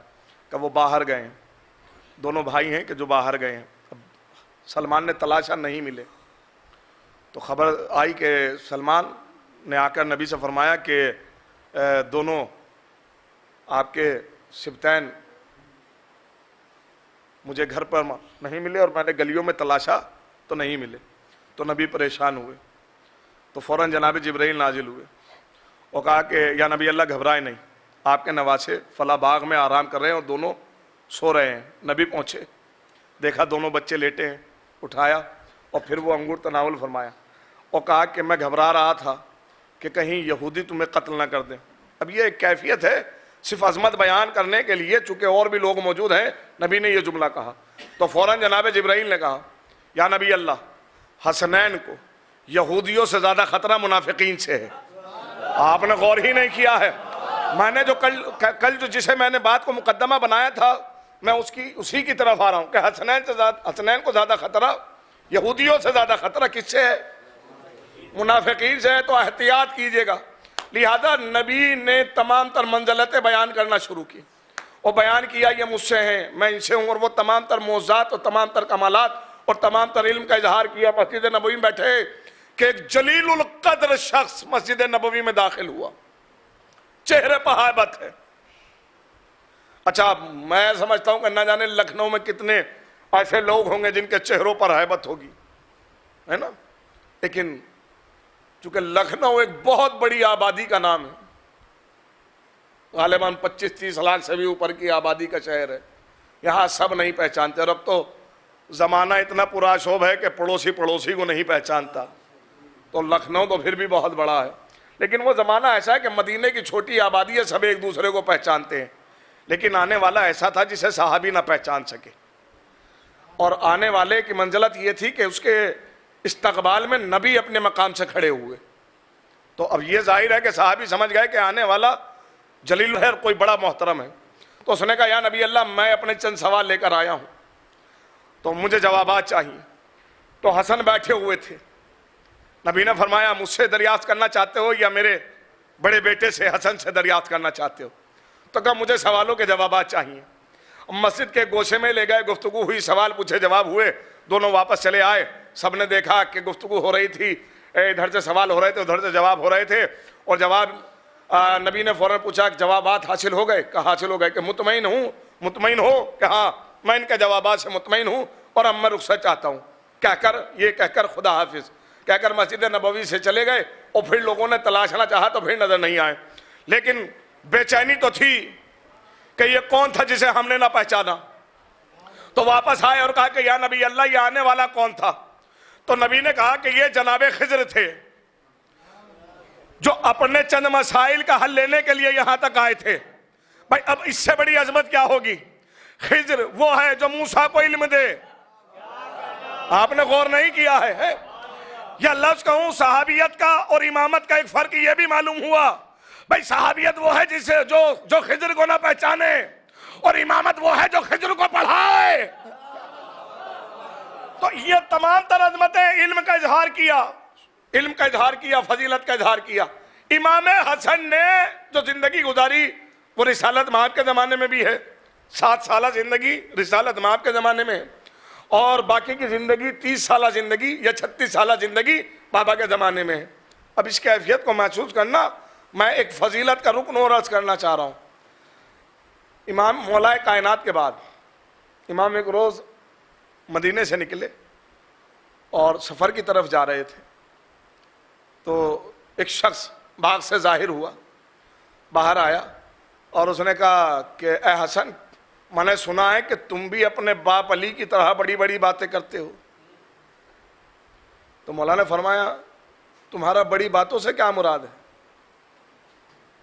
तो कहा कि तुम्हारे बाबा का दावा था कि मैं एक वक्त में 40 जगह मौजूद था। तो मौला मुस्कुरा के फरमाया, तुझे ये बड़ी फजीलत नजर आती है? नहीं, आपने गौर नहीं किया इस जुमले पर। एक वक्त में 40 जगह पे होना तुझे ये बड़ी फजीलत नजर आती है? बोला कि तुम भी अपने बाबा की जबान बोलते हो, ये कैसे मुमकिन है कि कोई एक वक्त में 40 जगह मौजूद हो? तो इमाम ने एक सलवात भेजेगा मोहम्मद वाले मोहम्मद को।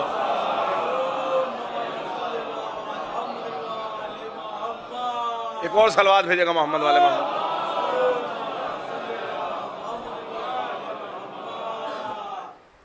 लिहाजा जैसे ही कहा कि तुम्हें ये बड़ी बातें नजर आती हैं, तो कहा कि ये तो मेरे बाबा की अदना सी फजीलत है।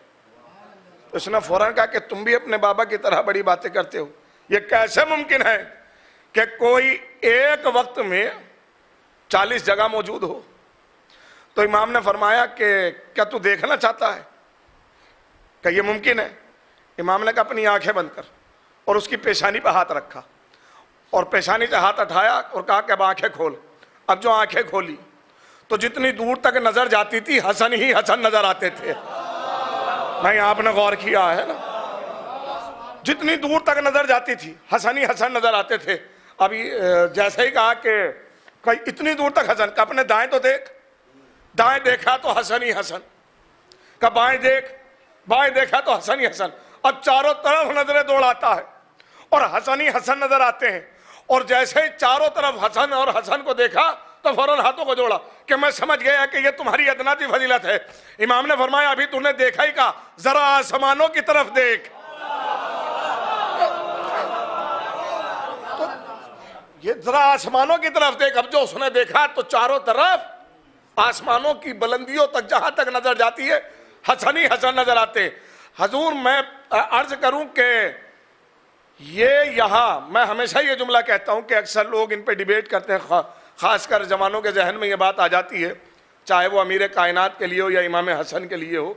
ये कहा जाता है कि कायनात का शहंशाह, मौलाए कायनात के बारे में भी और कहा जाता है कि फिर ये ऐसे ज़िंदगी जैसे मौलाए कायनात के लिए है कि एक टाट का बोरिया जो मक्के में था वही मदीने में था और वही कूफे में था। इमाम हसन के मुतालिक भी यही है कि अपने लिबास पर ज़्यादा खर्च नहीं करते थे, है ना?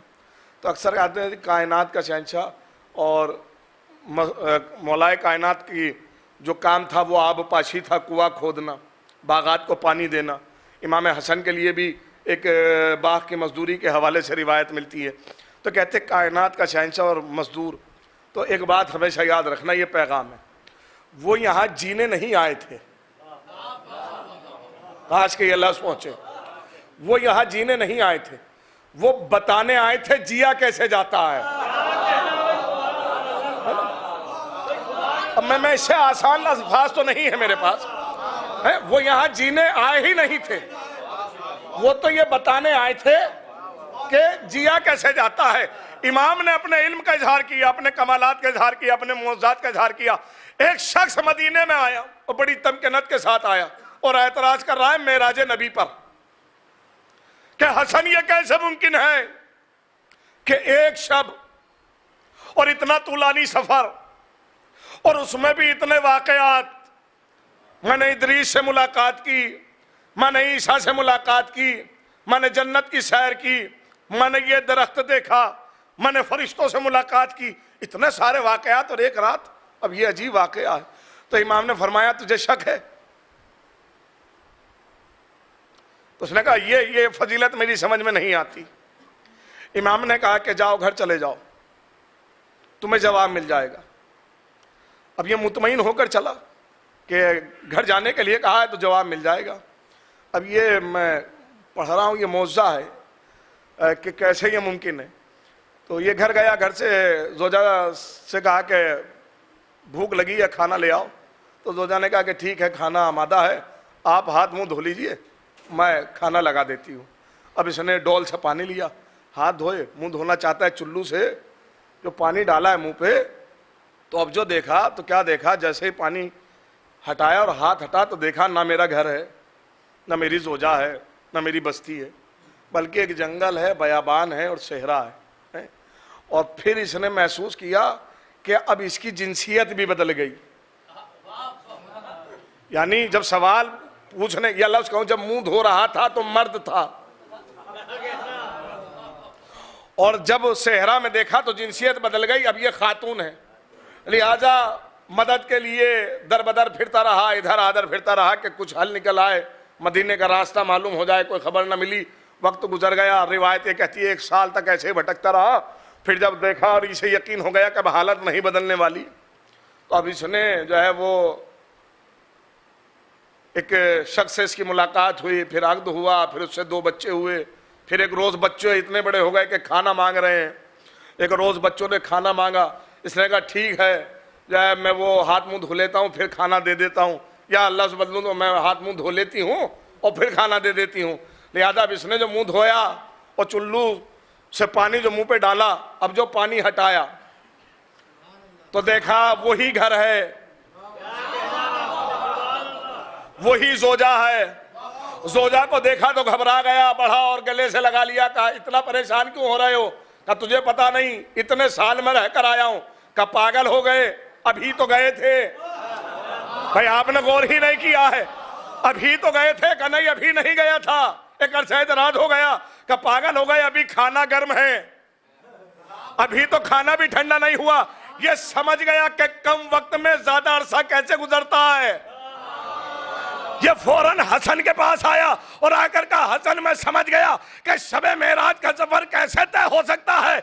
इसने जैसे ये जुमला का इमाम ने फौरन फरमाया, तुझे जब समझ में आया जब तू 2 बच्चों की माँ और 2 बच्चों का बाप बन गया। एक सलवात भेजेगा मोहम्मद वाले मोहम्मद पर है।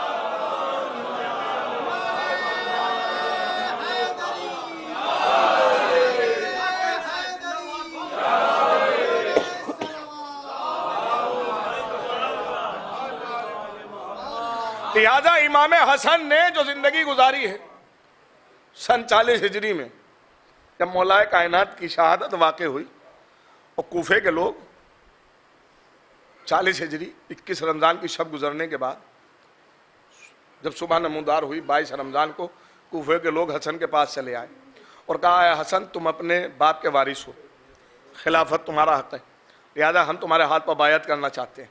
अब ये 2 कैफियतें हैं जो मैं अर्ज करूंगा और बहुत तेजी के साथ अर्ज करूंगा, कैफियत को बात पहुंचे। इमाम ने फौरन फरमाया कि तुम जब उसके ना हुए जो मुझसे बेहतर था। नहीं, इस जुमले की कैफियत को समझिए, यानी अपने बाबा की तरफ इशारा है, तो तुम मेरे क्या होगे। लेकिन इसरार बढ़ा तो कहा ठीक है इस शर्त पर बायत होगी। बायत के लिए भी एक शर्त रखी। इमाम ने फरमाया कि इस शर्त पर बायत कबूल है कि मेरी जंग तुम्हारी जंग होगी और मेरी सुलह, यानी ना तुम मेरी जंग पे उंगली उठाओगे और ना मेरी, मैं सुलह करूं तो तुम उस पर भी राजी रहोगे और मैं जंग करूं तो तुम उस पर भी। ये बायत कर ली। इसके बाद भी इमाम ने फरमाया कि मैं तुम्हारी दगा से वाकिफ हूं, लेकिन ये कहते रहे कि नहीं नहीं हम आपके साथ हैं। ऐसे लोग हर जमाने में हुए हैं जो दावा तो करते हैं पर हकीकत में होते नहीं हैं। हर इमाम के जमाने में ऐसे मिले। जैसे मौलाए कायनात के एक जमाने में एक शख्स आया और कहा या अली मैं आपका चाहने वाला हूं। मौला ने फरमाया नहीं तुम मेरे चाहने वाले नहीं हो। मौला ने फरमाया तुम मेरे चाहने वाले नहीं हो। इसने कहा कि नहीं हम आपसे मोहब्बत करते हैं, हम आपके चाहने वाले हैं। मौला ने फरमाया नहीं तुम मेरे चाहने वाले नहीं हो। इसने जब तीसरी मरतबा कहा कि आप कैसे कह रहे हैं, मैं दावा कर रहा हूं, मैं यकीन रखता हूं, मैं आपका चाहने वाला हूं। तो इमाम ने पहला जुमला तो यही कहा कि सुन, पहली दलील तो यह है कि तूने 2 दफा मेरी बात काट दी। नहीं आपने गौर किया है भाई, पहली दलील तो यही है कि तूने 2 दफा मेरी बात काट दी। मैं कह रहा हूं कि नहीं है और तू कह रहा है कि है। छठे इमाम के जमाने में हारून मक्की का वाकया मौजूद है, वहां भी एक चाहने वाला आया था, है ना। तो हर जमाने में ऐसे हैं कि जो दावे, जिन्होंने दावे तो किए हैं लेकिन दगा के साथ, दावे तो किए हैं लेकिन दगा के साथ। इमाम हसन यही कह रहे हैं कि तुम्हारी बेवफाई से मैं वाकिफ हूं।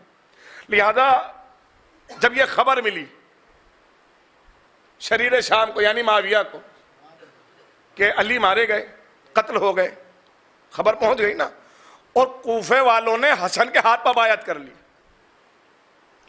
तो पहले तो माविया ने 2 जासूस भेजे, एक कबीला बनी कैन से था और एक कबीला बनी हुरैर से था, हुमैर से था, कि ताकि ये जाकर जो है वो मुझे वहाँ की तमाम तरह हालात तहरीर करे और मुझे मुत्तला फरमाए।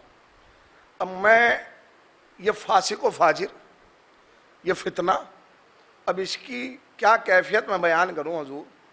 एक जुमला तो मैं कहता ही चलूं, ये ऐसा तो है कि जिसने शरीयत का खिलवाड़ बना कर रखा। अब तारीख है तो आपके ज़माने सामने है, लेकिन फिर भी एक जुमला मैं कहूँगा भाई, यही वो था कि जिसने जुमा बुद्ध को पढ़ा दिया, है ना। अब ये आसान बात तो है नहीं। और देखिए, जब मुसलमान दौलत का हरीस हो जाता है तो हम सिर्फ पढ़ाने वाले पे लानत करते हैं, उन पे भी तो करो जो पढ़ चुके। ये ऐसे मुसलमान थे जो दौलत के हरीस थे, जो दुनिया के हरीस थे, जो चले आए और जुमा पढ़ने के लिए आ गए।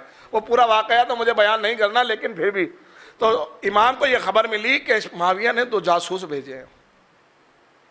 इमाम ने ख़त लिखा अपने नायब की तरफ और कहा कि एक बनी कैन से जासूस, कबीला बनी कैन का जासूस है, एक कबीला बनी हुमैर का जासूस है, दोनों को गिरफ्तार किया जाए और कत्ल कर दिया जाए।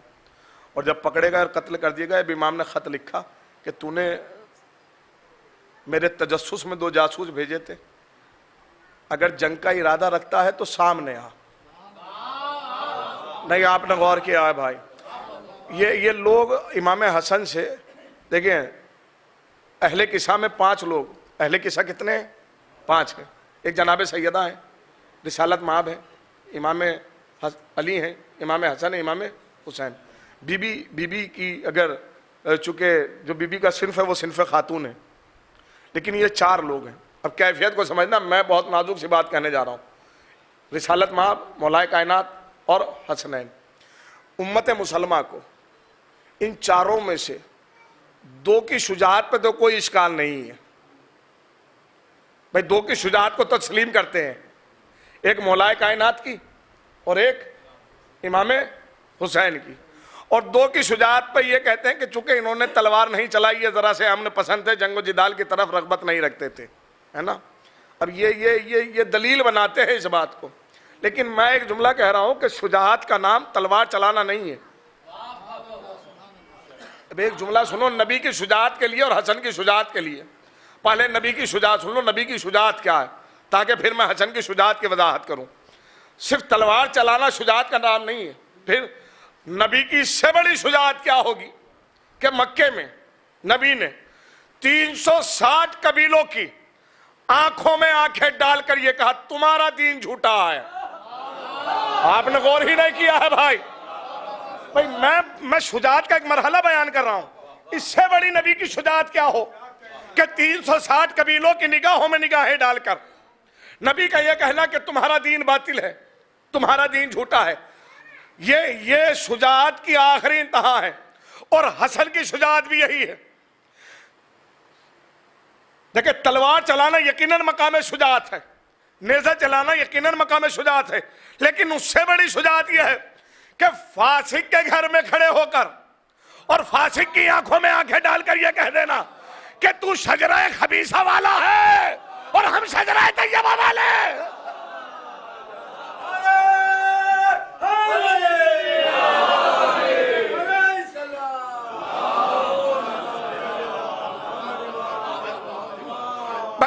एक शुजाअत का मंजर मैं पेश करना चाह रहा हूं और ये इसे कैफियत को महसूस कीजिएगा कि जब ये जासूस पकड़े गए और फिर वो जो है वो जंग के लिए इराक, सूबे इराक निकला माविया एक बड़े लश्कर के साथ, और इमाम हसन को खबर मिली तो इमाम हसन ने कूफे वालों को जमा किया और कहा कि देखो मेरा इरादा जंग का है। हसन का इरादा तो जंग का ही था।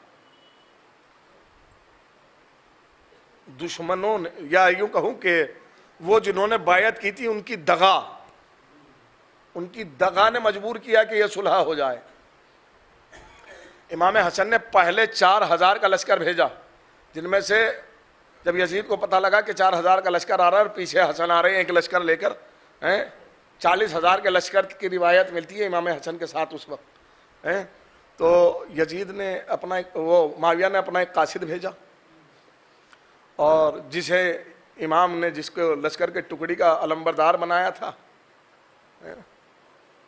उसे 5,000 दरहम का लालच दिया और हुकूमत में एक ओहदे का लालच दिया कि तू मेरी तरफ आ जा, अमन व अमान भी रहेगा।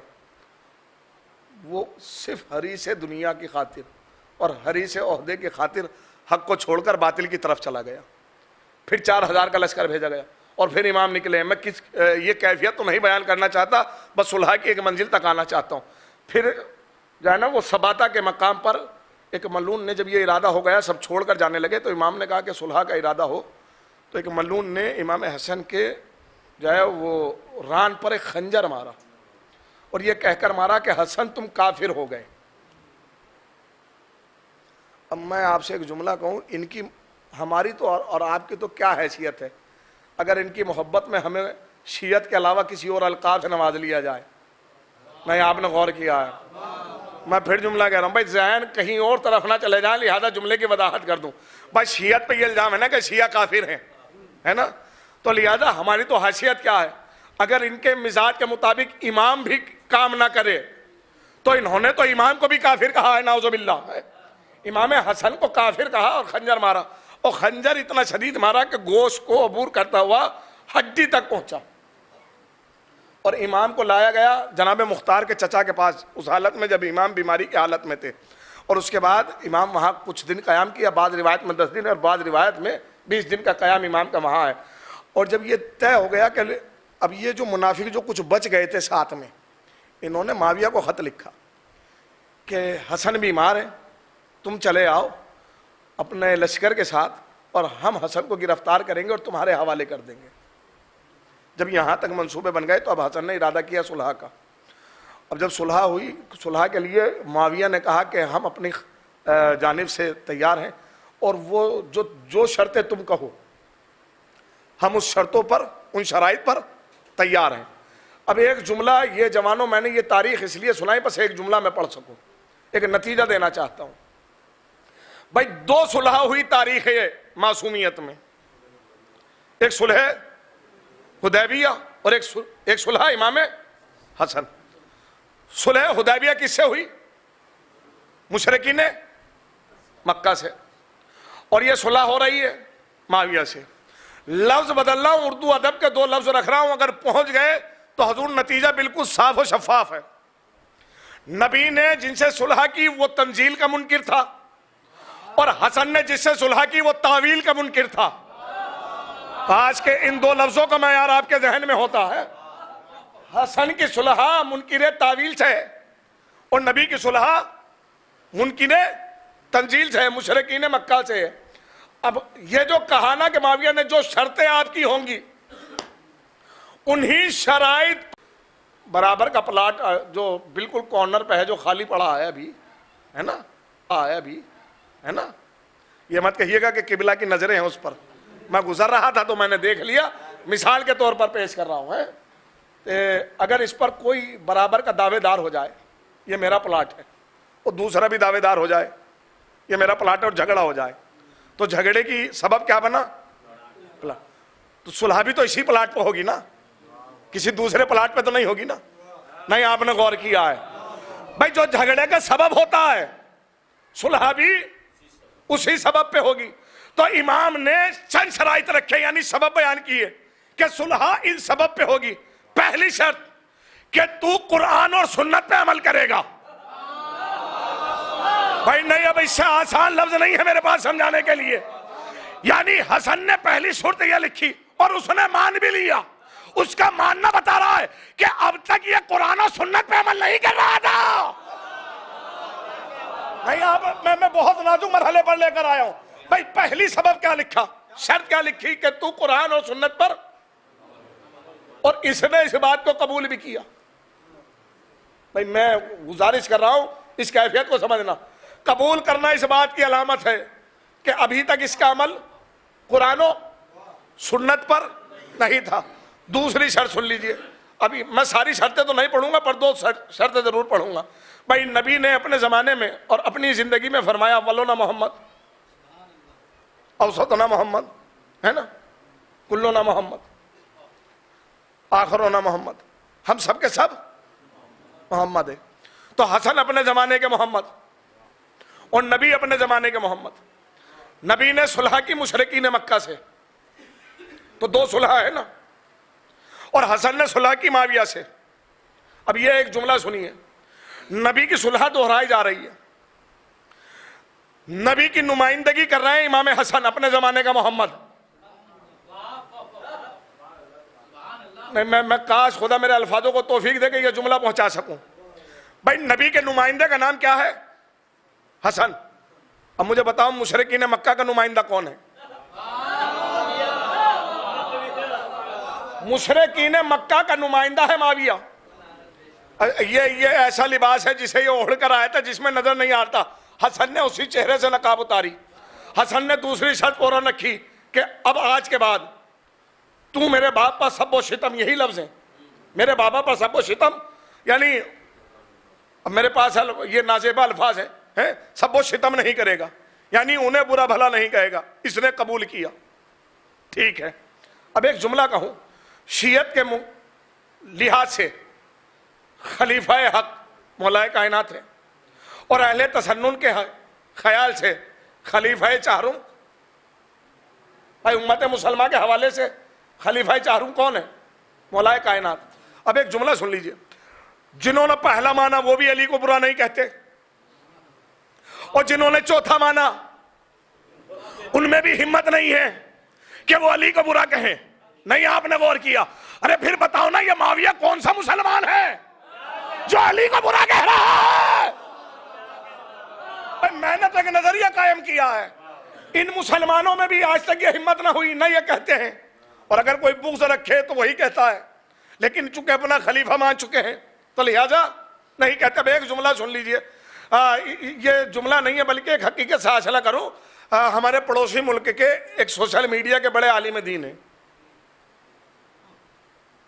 मैं तो समझता था कि जुमलों की बड़ी कदर होती है, मैंने इसीलिए कैद लगाई कि सोशल मीडिया के बड़े आलिम दीन है। मैं ये नहीं कह रहा हूं कि बड़े आलिम दीन है। अच्छा, तबलीग उनकी ज्यादातर 4 शादियों पे होती है। भाई, नाम लेने में क्या कतराना, मुफ्ती तारिक मसूद है? वो किसी को कारोबार की तरफ मुतवज्जे करने में नहीं लगे हुए हैं, है ना। जबकि कुरान का हुक्म यह है कि 4 शादियां भी जब करो जब तुम अदालत कायम कर सको। आपने गौर किया है? ये दूसरी, तीसरी, चौथी शादी करने का हक उसे है जिसमें मुनसिफाना सिफात हो, जो अदालत कायम कर सकता हो दोनों के दरमियान ना, या तीनों के दरमियान या चारों के दरमियान। अब उनका एक बयान सुन लो और उसी का मैं जवाब दे रहा हूं, और फिर उसी बात की तरफ मुंतकिल करूंगा। अभी गालिबन 1 ही साल गुजरा है, इस बयान को सोशल मीडिया पर, यूट्यूब पर जाकर पढ़ा हुआ है, जाकर देखिए। कहा कि सही बुखारी की एक हदीस है, कहते कि हाकिम की इताअत हर हाल में वाजिब है। यही है। अब चाहे हाकिम जालिम हो या जाबिर हो, चाहे आदिल हो या मोमिन हो, इताअत के लिए जरूरी है कि वो बस हाकिम है। अब देखिए, यही मसला है। जिन्होंने अहले बैत को या रसूल को, लफ्ज बदलो, जिन्होंने रसूल को बुखारी से समझना चाहा, उन्होंने जालिम की इताअत को भी कबूल कर लिया, है ना। तो लिहाजा कहा कि हाकिम की इताअत हर हाल में वाजिब है, चाहे हाकिम जालिम ही क्यों ना हो। उसके बाद एक जुमला और उन्होंने कहा कि बल्कि हदीस तो यहां तक है, जो हाकिम के मुकाबिल में आए उसे कत्ल कर दो। अब ये इशारा मालूम है किस तरफ था? यह इशारा था कत्ल हुसैन की तरफ, चूंकि यजीद था हाकिम और हुसैन निकले, यानी वो कहना यह चाह रहा है कि हदीस की रोशनी में नाउज़ु बिल्लाह ये कत्ल सही हुआ है। लेकिन याद रखना, वो जवाब जो बातिल की हिमायत में दिया जाता है उसमें नुक्स जरूर होता है, चूंकि वो जवाब बातिल की हिमायत में दिया। अब ये मेरा नजरिया नहीं है, बस एक एतराज है, यह एतराज ही जवाब बनना है। अगर हाकिम की इताअत हर हाल में वाजिब है और जो हाकिम के मुकाबिल में आए उसे कत्ल कर दो, अगर तेरा नजरिया यही है तो फिर हमें बता जमल वाली का क्या होगा? अरे भाई इतने सन्नाटे में आप रहे तो मेरे पढ़ने का क्या फायदा भाई? भाई इसे मैं कानून नहीं बना रहा हूं, लेकिन जैसा तुम्हारा जो है वो नजरिया है, वैसा ही मेरा एक सवाल है। अब मुझे बता कि अगर हाकिम के खिलाफ जो आए उसे कत्ल कर दो, तो बता जमल वाली का क्या होगा, बता सिफीन वाले का क्या होगा? और जब ये सुलह हो रही है तब हसन है हाकिम। आपने गौर ही नहीं किया है भाई। अरे भाई माविया हाकिम नहीं है, हाकिम है हसन, और मुकाबिल में आया है माविया, तो पहले माविया को कत्ल कर। क्योंकि जो जवाब हजूर बातिल की हिमायत में दिए जाते हैं, लिहाजा इमाम ने कहा कि तुम, दूसरी शर्त यह है कि तुम मेरे बाप पर अब सब शितम। इसने कहा कबूल। इसका कबूल करना इस बात की अलामत है कि ये अब तक करता था। नहीं, आपने गौर किया है भाई? अगर कोई किसी से कहे कि अब आप चाय पीना छोड़ दीजिए, शुगर की बीमारी है, यानी पीते थे, है ना, कबूल करना। अब मैं किस किस बात की तरफ इशारा करूं? देखिए ये एक जुमला सुन लीजिए कैफियत का। जब ये सुलह हो गई और माविया कूफे में दाखिल हो गया और मस्जिद कूफा में गया, कुछ दिन तो आराम किया, और फिर मस्जिद कूफा में इमाम हसन भी मौजूद है और इमाम हुसैन भी मौजूद है। कुर्बान जाऊँ मैं एक फ़िक्रे की तरफ। अभी मेरे पास वक्त है ना, तो अभी मुझे गालिबन 40 मिनट हुए। तो इमाम हसन मौजूद है मस्जिद कूफा में। अब ये मिंबर पर गया और ये चाह ये रहा है कि सुलह तो हो चुकी है, अब चाह ये रहा है कि ऐलानिया तौर पर जो ये कूफे के लोग जमा हैं, इनके सामने हसन मेरी हिमायत कर दें, तो लोगों के अजहान में मेरा मर्तबा बुलंद हो जाएगा है? और कहा कि इसरार किया हसन से कि तुम बयान करो कि सुलह हो चुकी है। इमाम मिंबर पर गए और कहा कि हाँ, मैंने इससे कबल कि मुसलमानों का खून नाहक बहता, मैंने सुलह को बेहतर जाना। अब ये जुमला नहीं है, जरा सुनिए, ये वजाहत कर रहे हैं इमाम हसन माविया के सामने कि ये जो तू जंग के लिए निकला था, ये हक की तरफ नहीं था। नहीं, आपने गौर किया, ये जंग हक के लिए नहीं थी। ये कहना कि इससे पहले कि उम्मत मुसलमान का खून नाहक बहता, मैंने सुलह को बेहतर जाना और ये सुलह कर ली। और फिर दूसरा जुमला कहा, और मैंने मुसलमानों की दगा की वजह से सुलह पर आमादा हो गया। ये कहकर इमाम मिंबर से उतर आए। लेकिन अब ये चूंकि जो ये चाह रहा था वो तो हुआ नहीं, तो लिहाजा इसने कहा हसन तुम भी ऐसे ही है, तुम्हारे अभी शराइत लिखे गए थे। इसने फिर सबको सितम किया कि तुम्हारे बाबा भी ऐसे ही थे, वो अली। अब ये एक जुमला है, मैं इस जुमले को कैसे रकम करूं? इस मलून ने कहा था कि सकीफा के चोरों में से एक चोर का नाम अली है। नाउजुबिल्लाह, नाउजुबिल्लाह, नाउजुबिल्लाह, है ना। ये कहने वाला कौन था? ये माविया था। अब मैं किस किस कैफियत को बयान करूंगा, है ना। तो जैसा ये जुमला कहा, इमाम हुसैन को जला लाया। इमाम हुसैन मौजूद है, तलवार पर हाथ रखा और तलवार से नयाम को बाहर निकाला। इमाम हसन ने हाथ थाम लिया। ये मंजर माविया ने देख लिया, तो माविया ने फौरन कहा कि हसन, जब सुलह हो गई तो अब हुसैन से कहो कि मेरे हाथ पर बायत करें।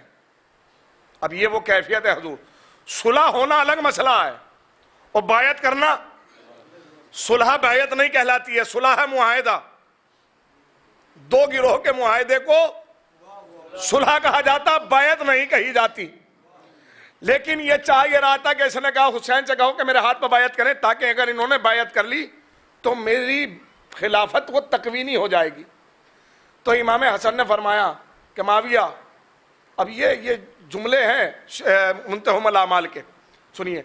का इमाम ने कहा कि माविया, हम शजरा तैयबा वाले शजरा खबीसा के हाथ पे बायत नहीं करते। नहीं, आपने गौर किया है भाई, मैं किस मंजिल पर जाऊं है? और तू किस हक से हमसे बायत मांग रहा है? ना तो तेरा हसब नसब हमसे अच्छा है और ना तेरा मर्तबा हमसे बुलंद है। अब ये मस्जिद भरी हुई है, अभी तक तो चाह रहा था कि ये मेरे कसीदे पढ़े जाएं।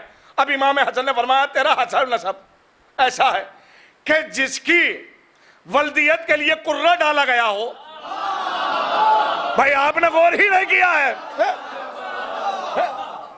तो तू हमसे क्या मुकाबला करेगा है, जो जिगर चबाने वाली का बेटा हो।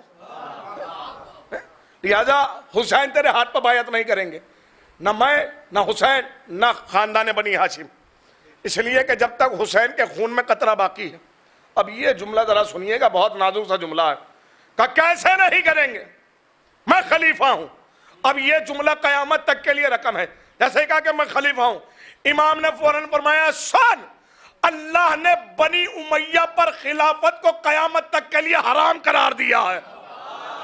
आपने गौर ही नहीं किया है। अब इमाम ने सिर्फ माविया की बात नहीं की है, हर उसकी बात की जो अब तक खलीफा बने बैठे रहे। यानी ये इमाम की शुजाअत थी। आपने गौर नहीं किया। अरे भाई, इससे बड़ी शुजाअत क्या होगी, हाकिम के घर में खड़े होकर हाकिम को जलील कर देना। अब यही एक रिवायत और मिलती है। इसी मकाम पर बैठा है यजीद, बाप के साथ आया है ना, है? अब फख्र मुबाहात कर रहा है। मैंने कल कहा था जब ओहदा मिलता है तो कॉलर खड़े हो ही जाते हैं। और फिर कह रहा है कि तुम कैसी बातें कर रहे हो, अल्लाह ने हमें फजीलत अता की है, ये यजीद कह रहा।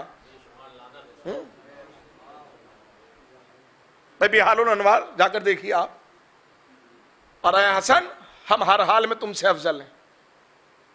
अब ये मैं इसकी ज्यादा वजाहत तो नहीं करूंगा, बस जुमले की कदर कीजिएगा। सरसरी तौर पर एक जुमला कहना चाहता हूं।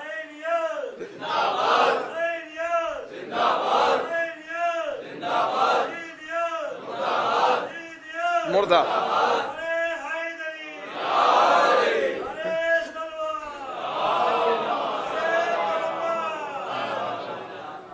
तो कहा कि हम तो तुमसे अफजल हैं।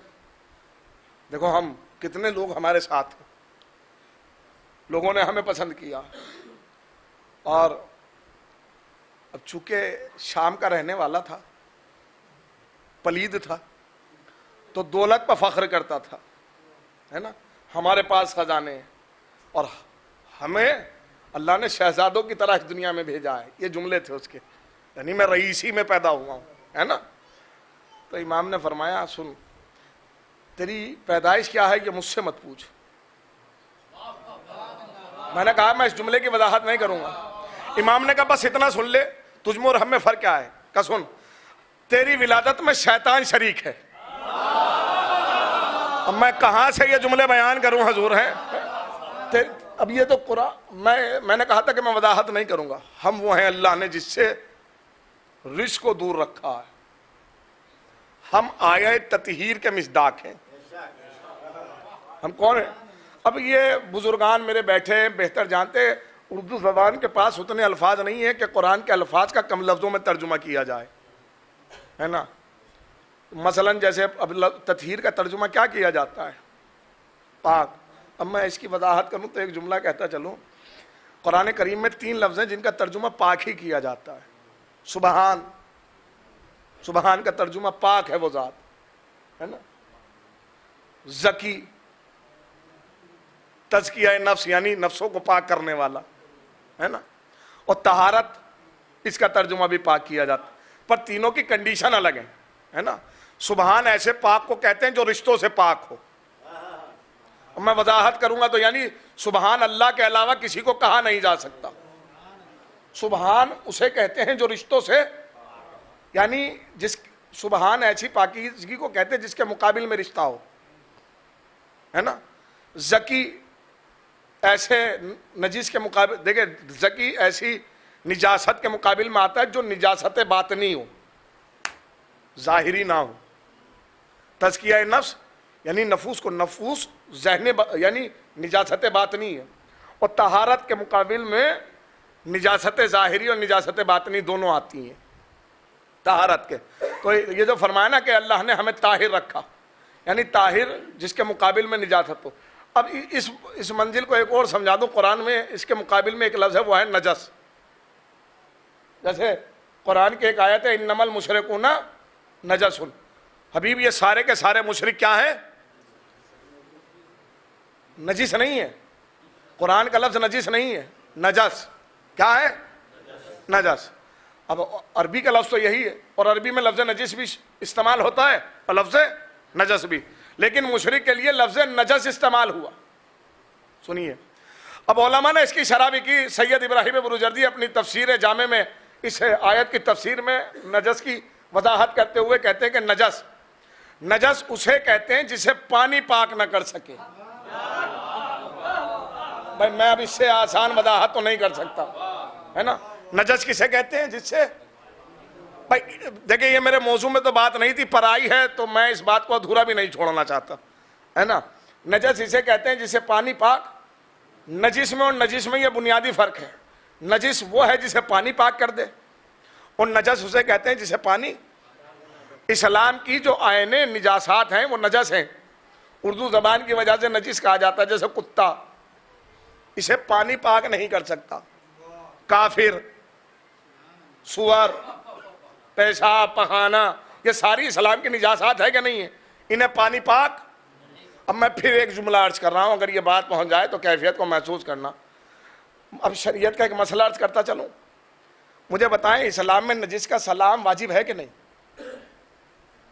इस्लाम में नजिस के सलाम का जवाब वाजिब है या नहीं है? वाजिब है हुजूर, नजिस के सलाम का जवाब वाजिब है।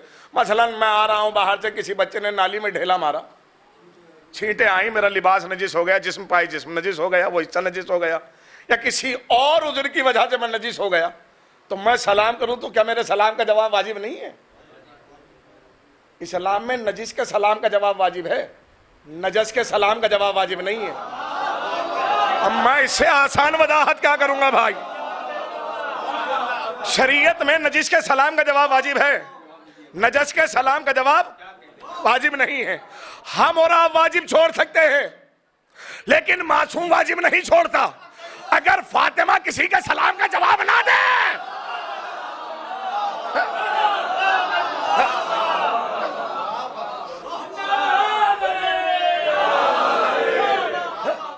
अगर हसन किसी के सलाम का जवाब ना दे, तो समझना सामने वाला नजीस नहीं है। नजस ऐसा है जिसे पानी पाक नहीं कर सकता, जिसे मिट्टी पाक नहीं कर सकती, जिसे धूप पाक नहीं कर सकती है। लिहाजा दरबार, अब ये आखिरी जुमला है फजीलत के जुमरे में और बात को खत्म कर रहा हूं। तो बैठा हुआ है और कह रहा है कि चाहता यह है कि हुसैन को बैत करे। हसन ने कहा कि शजरा तैयबा वाले शजरा खबीसा के हाथ पर बैत नहीं करते। अल्लाह ने बनी उमैया पर खिलाफत को हराम करार दिया, तुम पर, यानी तुम पर खिलाफत, तुमने हमारा हक कब्जाया है, यह असल में हमारा हक था। यह कहकर इमाम फिर खामोश हो गया। ये फिर तिल मिलाया और अब उस वक्त तो कुछ ना कहा, लेकिन वहाँ से अब तारीख़ इस्लाम का मैंने कहा था आखिरी बात पढ़ूंगा, फिर यहाँ से रब्ते मसाइब होंगे। हाँ वक्त हो गया। यहाँ के तारीख़ इस्लाम का शार्प माइंड है अमरयास, चालाक इंसान है ना, और जानता है कि अली की तलवार से कैसे बचा जा सकता है ना।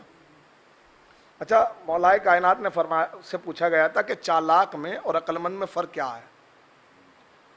चालाक अक्लमंद नहीं होता है, लेकिन हर तेज दिमाग वाला अक्लमंद नहीं होता।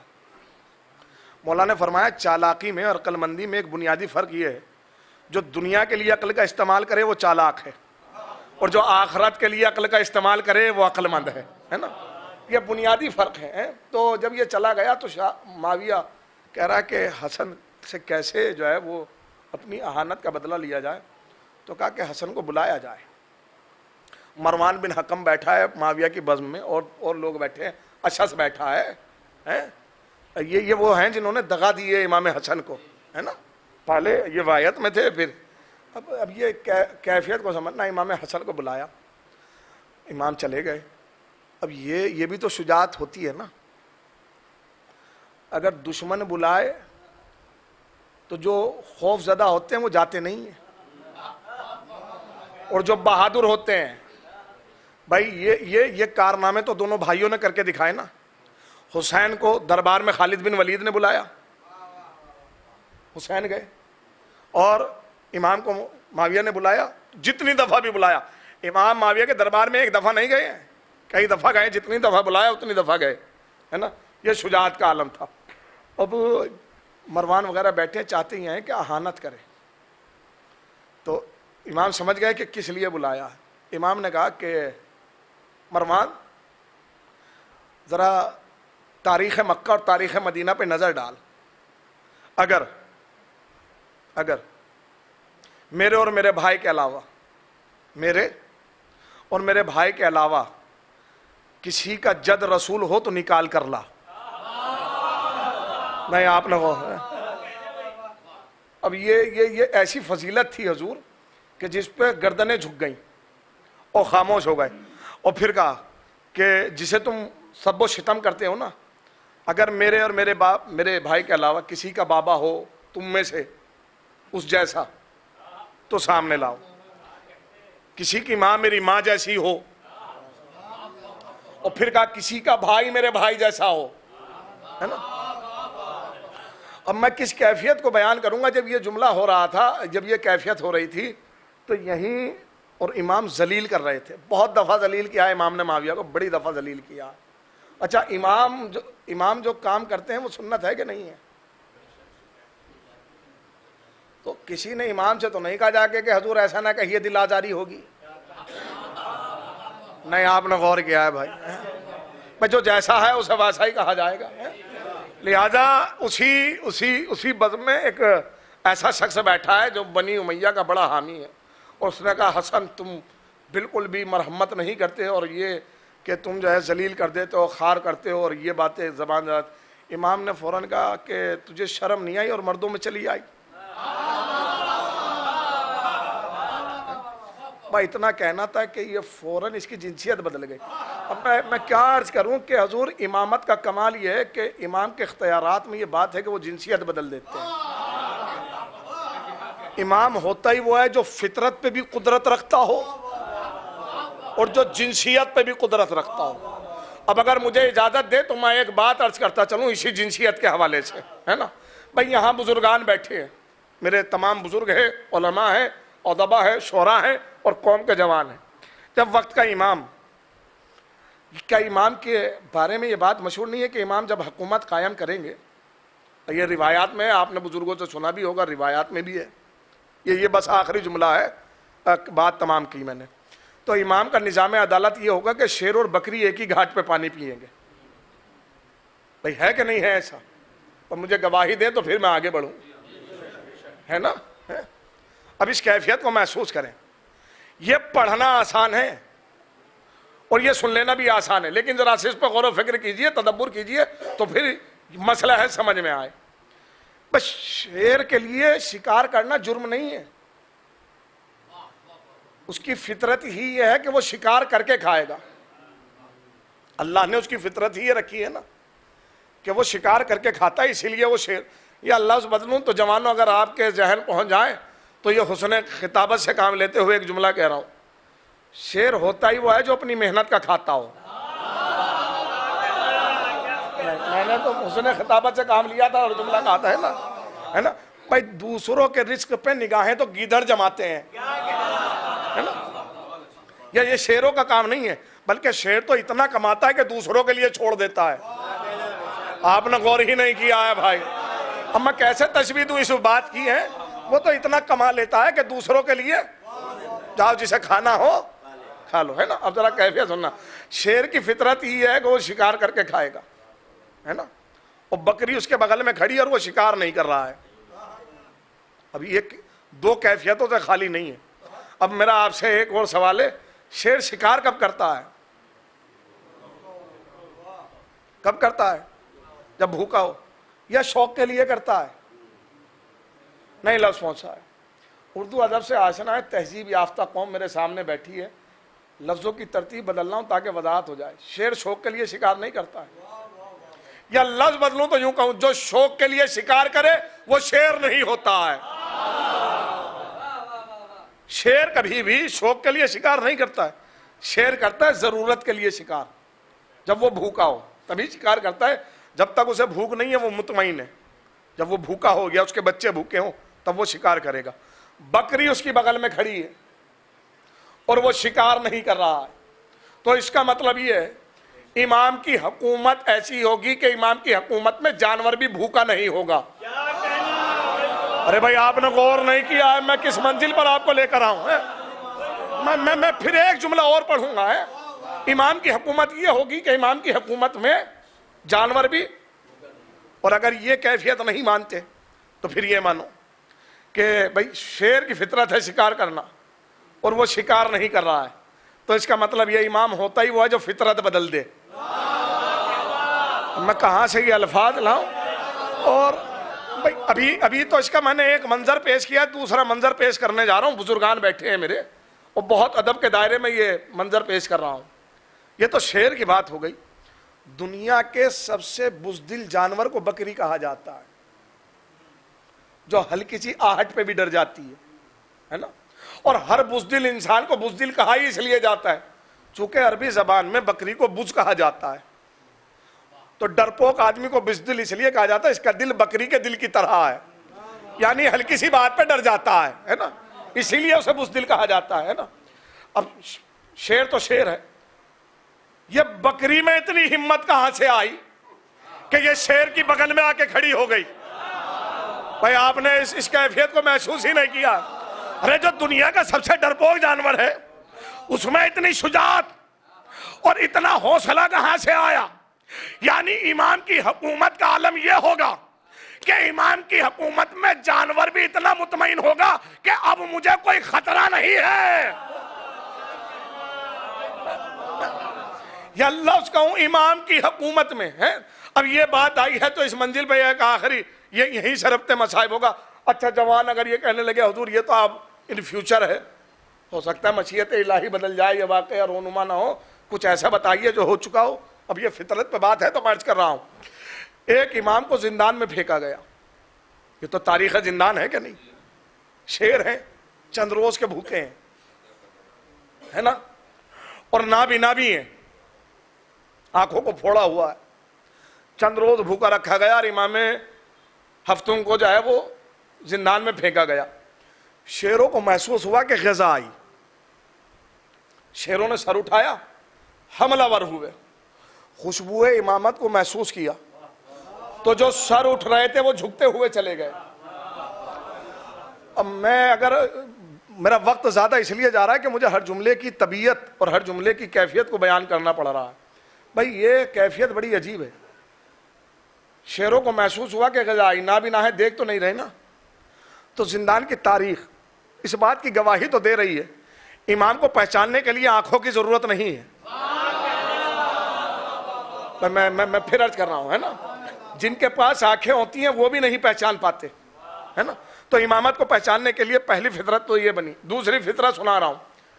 महसूस हुआ कि ग़ज़ा आई, सर उठाया और हमलावर हुए, खुशबू को महसूस किया तो सर इमाम के कदमों में झुकते हुए। अब मेरा आपसे एक सवाल है, सर झुका कौन रहा है?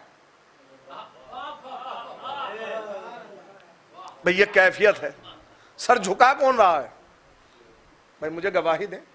शेर है ना सर झुकाने वाले, और दुनिया तो ये कहती है जो सर झुका ले वो शेर नहीं होता।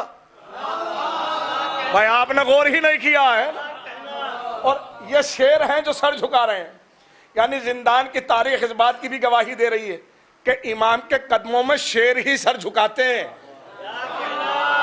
नहीं आपने गौर किया है। मैं इस मंजिल को कहां तक बयान करूंगा।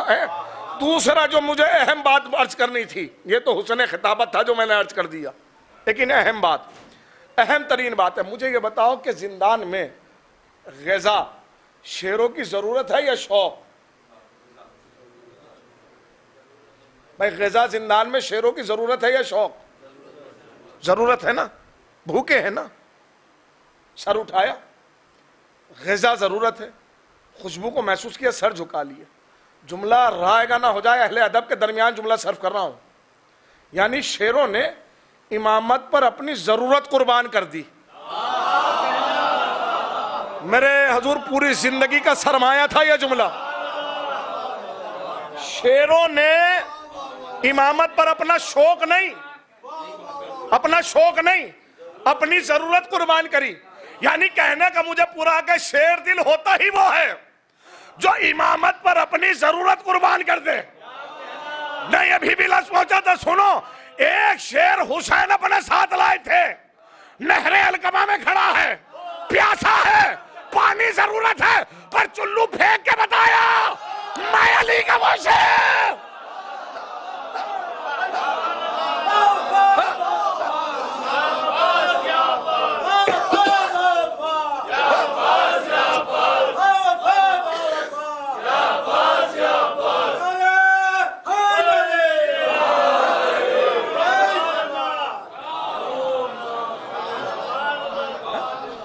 जरूरत है, जरूरत जरूरत कुर्बान की जा रही है इमामत पर। इमाम हसन ने जो अहद लिया था वो यही फरमाया था कि क्या तुमने नबी से नहीं सुना, हम दोनों इमाम हैं, कामा वकादा, हम चाहे कयाम करें तो भी इमाम है, हम कयाम में भी इमाम हैं और कऊद में भी इमाम हैं, हमारी इताअत हर हाल में वाजिब है। जिन्हें इमाम की मार्फत थी, अल्लाह से बदलूं, जो शेर दिल थे वो इमामत पर कुर्बान होते गए। हर जमाने में ये कैफियत रही है।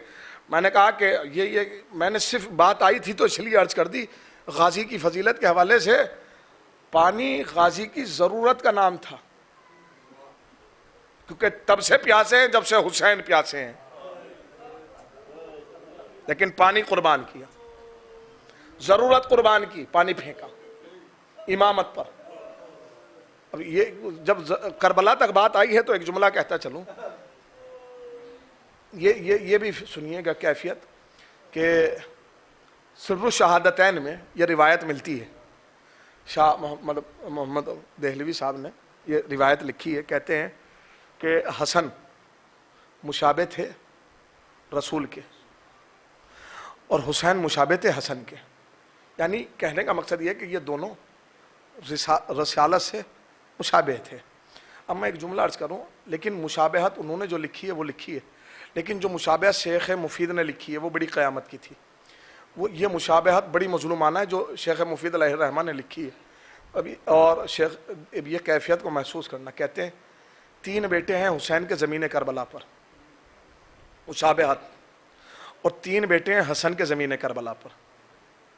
ये वो मुशाबहत जो बयान की गई, बड़ी मज़लूमाना मुशाबहत है कि हुसैन के 3 बेटे, एक अली, एक अली अकबर, एक अली असगर। हसन के 3 बेटे, हसन मुसन्ना, जनाब कासिम और जनाब अब्दुल्ला, ये 3 बेटे हसन के तारीख में लिखे। और अब जो मुशाबहत वो बयान की वो सुनिए, ये क़यामत की मुशाबहत है। हसन के 2 बेटे ज़मीन करबला पे शहीद हुए, हुसैन के 2 बेटे ज़मीन करबला पे शहीद हुए, एक अकबर और एक अली असगर। अकबर की शहादत में सबब शहादत 2 चीज़ें बनी, एक नेज़ा बना, एक तलवार बनी। नहीं, आपने कैफियत को महसूस नहीं किया, ये मुशाबहत बयान कर रहे हैं ना। हसन हुसैन के बेटे की यानी कलिया जवान अली अकबर का सबब शहादत 2 चीज़ें बनी, एक नेज़ा बना और एक तलवार बनी। और अली असगर की सबब शहादत क्या चीज़ बनी? वो बना तीर। और यही मुसीबत टूटी हसन के बेटों पर। कासिम की सबब शहादत बनी तलवार, और अब्दुल्ला का सबब शहादत बना तीर। और फिर मुशाबहत बयान की, हुसैन की नस्ल अली से चली और हसन की नस्ल हसन मुसन्ना से चली। ये कैसी मुशाबहत है जो मुसीबतों में भी एक जैसे हैं। आज 28 सफरुल मुजफ्फर है। 2 जुमले कयामत के कहूं, आज 2 कयामत का ऐसा दिन है, 2 कयामतों का। एक कयामत तो यह है कि फातिमा कह रही है, बाबा ये यतीमी मुझे मारे डालेगी। आज एक बेटी के बाप से रुखसती का दिन है, और आज एक भाई से भाई की रुखसती का दिन है ना। दो शहादतें हैं। अब मैं इस जुमले की कैसे वजाहत करूं। मौलाए कायनात का नहजुल बलागा में एक खुतबा है, खुतबा शिक्षकिया के नाम से नहजुल बलागा का 3रा खुतबा है। इमाम जब फरमा रहे हैं कि फला शख्स ने अबू कुहाफा ने पैराहने खिलाफत को पहन लिया, जबकि वो जानता था कि मेरा क्या मकाम है, मेरा वही मकाम है जो 2 चक्की के पाटों में एक मीख का होता है ना। और मेरी फजीलत को ये पहुँचो नहीं सकते, मेरी फजीलत का मयार इतना बुलंद है जहाँ इनकी फ़िक्र के तार नहीं पहुँच सकते। मैंने फसदल तो मैंने खिलाफत पर पर्दा डाल दिया। और उसके बाद मौला का एक बड़ा मगहूमाना जुमला है, कहते हैं कि अब मैं या तो अपने दोनों बाजू कटने के बाद जालिम पे हमला करूं, या फिर मैं एक भयानक तीरगी पे सब्र करूं। अब ये इतना मजलूमाना फ़िक्रा है, जानते हैं इमाम ने इसकी वजाहत की, कैसी तीरगी, कैसा जुल्म। ऐसे जुल्म पे सब्र करूं कि जिस जुल्म में बच्चे बूढ़े हो जाएं। नहीं, आपने गौर किया? अरे यही तो जनाब सैयदा ने कहा था, बाबा हम पर ऐसी मुसीबतें टूटी है ना। और ऐसा जुल्म के बीबी 18 साल उम्र में ज़ईफा नजर आती है ना। यही इसी जुल्म की तरफ तो मौलाए कायनात इशारा कर रहे थे मस्जिद कूफा से, है? तो एक बेटी की यतीमी का रोज है और आज एक भाई से रुखसत हो रहा है। मैं बहुत देर, आप रोने के लिए आमादा हैं, आप कैफियत को समझिए, महसूस करना। एक भाई इस पे बड़ा, एक बहन है। अब मैं जनाब ज़ैनब की मजलूमियत के लिए ये जुमला अर्ज करता चलूँ, मैंने कल भी बयान किया था, फिर बयान कर रहा हूँ आज एक फ़िक्रा। ये कितना सख्त मरहला है जनाब ज़ैनब के लिए। दो भाई, दोनों से बड़ी मोहब्बत जनाब ज़ैनब को। इतनी मोहब्बत है जनाब ज़ैनब को भाइयों से कि जब माँ का जनाजा दफना के हसनैन आ रहे थे तो जनाब ज़ैनब ने सबसे पहले अम्मा का बिस्तर समेटा। क्यों? इसलिए कि कहीं ऐसा ना हो कि अम्मा के बिस्तर पर नजर जाए मेरे हसनैन तड़प जाए। कितनी मोहब्बत है बहन को भाइयों से। और क्या जुल्म टूटा जनाब ज़ैनब पर। एक भाई के जिगर के टुकड़े आंखों से देख रही है और एक भाई का कटता हुआ सर जनाब ज़ैनब ने देखा। ये आसान नहीं है, ये आसान नहीं है मरहला। कोई जनाब ज़ैनब की मुसीबत को पहचाने कि जनाब ज़ैनब की मुसीबत क्या है। एक रिवायत में साहिब अम्माजुल बुका से पढ़ रहा हूँ। अम्माजुल बुका, साहिब अम्माजुल बुका लिखते हैं कि जब 19वीं रमज़ान को मौला कायनात के सर पर ज़रबत लगाई गई और इमाम हसन आए मस्जिद में और बाबा को संभाला और तमाम साहबी इब्ने मुलजिम को पकड़ने के लिए दौड़े हैं। अब ये कैफियत को समझना कि इमाम ने गाजी अबुल फजल अब्बास से फरमाया कि घर में चले जाओ। मैं सिर्फ एक मुसीबत का इजहार कर रहा हूँ ये रिवायत पढ़कर। तो कहा कि जाओ घर में जाकर कहना कि हसनैन बाबा को ला रहे हैं। यह मस्जिद कुफा की बात है। और फिर फरमाया हुसैन एक लम्हे के लिए बाबा को अपनी आगोश में संभालो।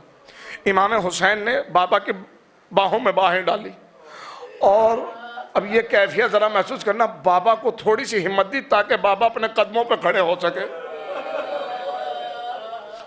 अब मुझे नहीं मालूम है कि इस जुमले की कैफियत, मैं तो जनाब ज़ैनब की मजलूमियत के लिए ये फिक्रा पढ़ रहा हूँ। और फिर इसके बाद कहा कि बाबा को अपनी आगोश में संभालो। इमाम ने बाहों में बाहें डाली, इमाम हुसैन ने, और बाबा को उनके कदमों पर खड़े करने की कोशिश की। और जब बुलंद कर लिया तो अब इमाम हसन ने बाबा की रिदा उठाई। ये कैफियत है। अब मैं कैसे बयान करूं, दो भाई बेटों के लिए ये कितना कयामत का वक्त हो कि जब उनके बाप के रीशे मुबारक खून में डूब चुकी हो। इमाम हसन ने रिदा उठाई और रिदा उठाकर बाबा के सर पे लपेटना शुरू की।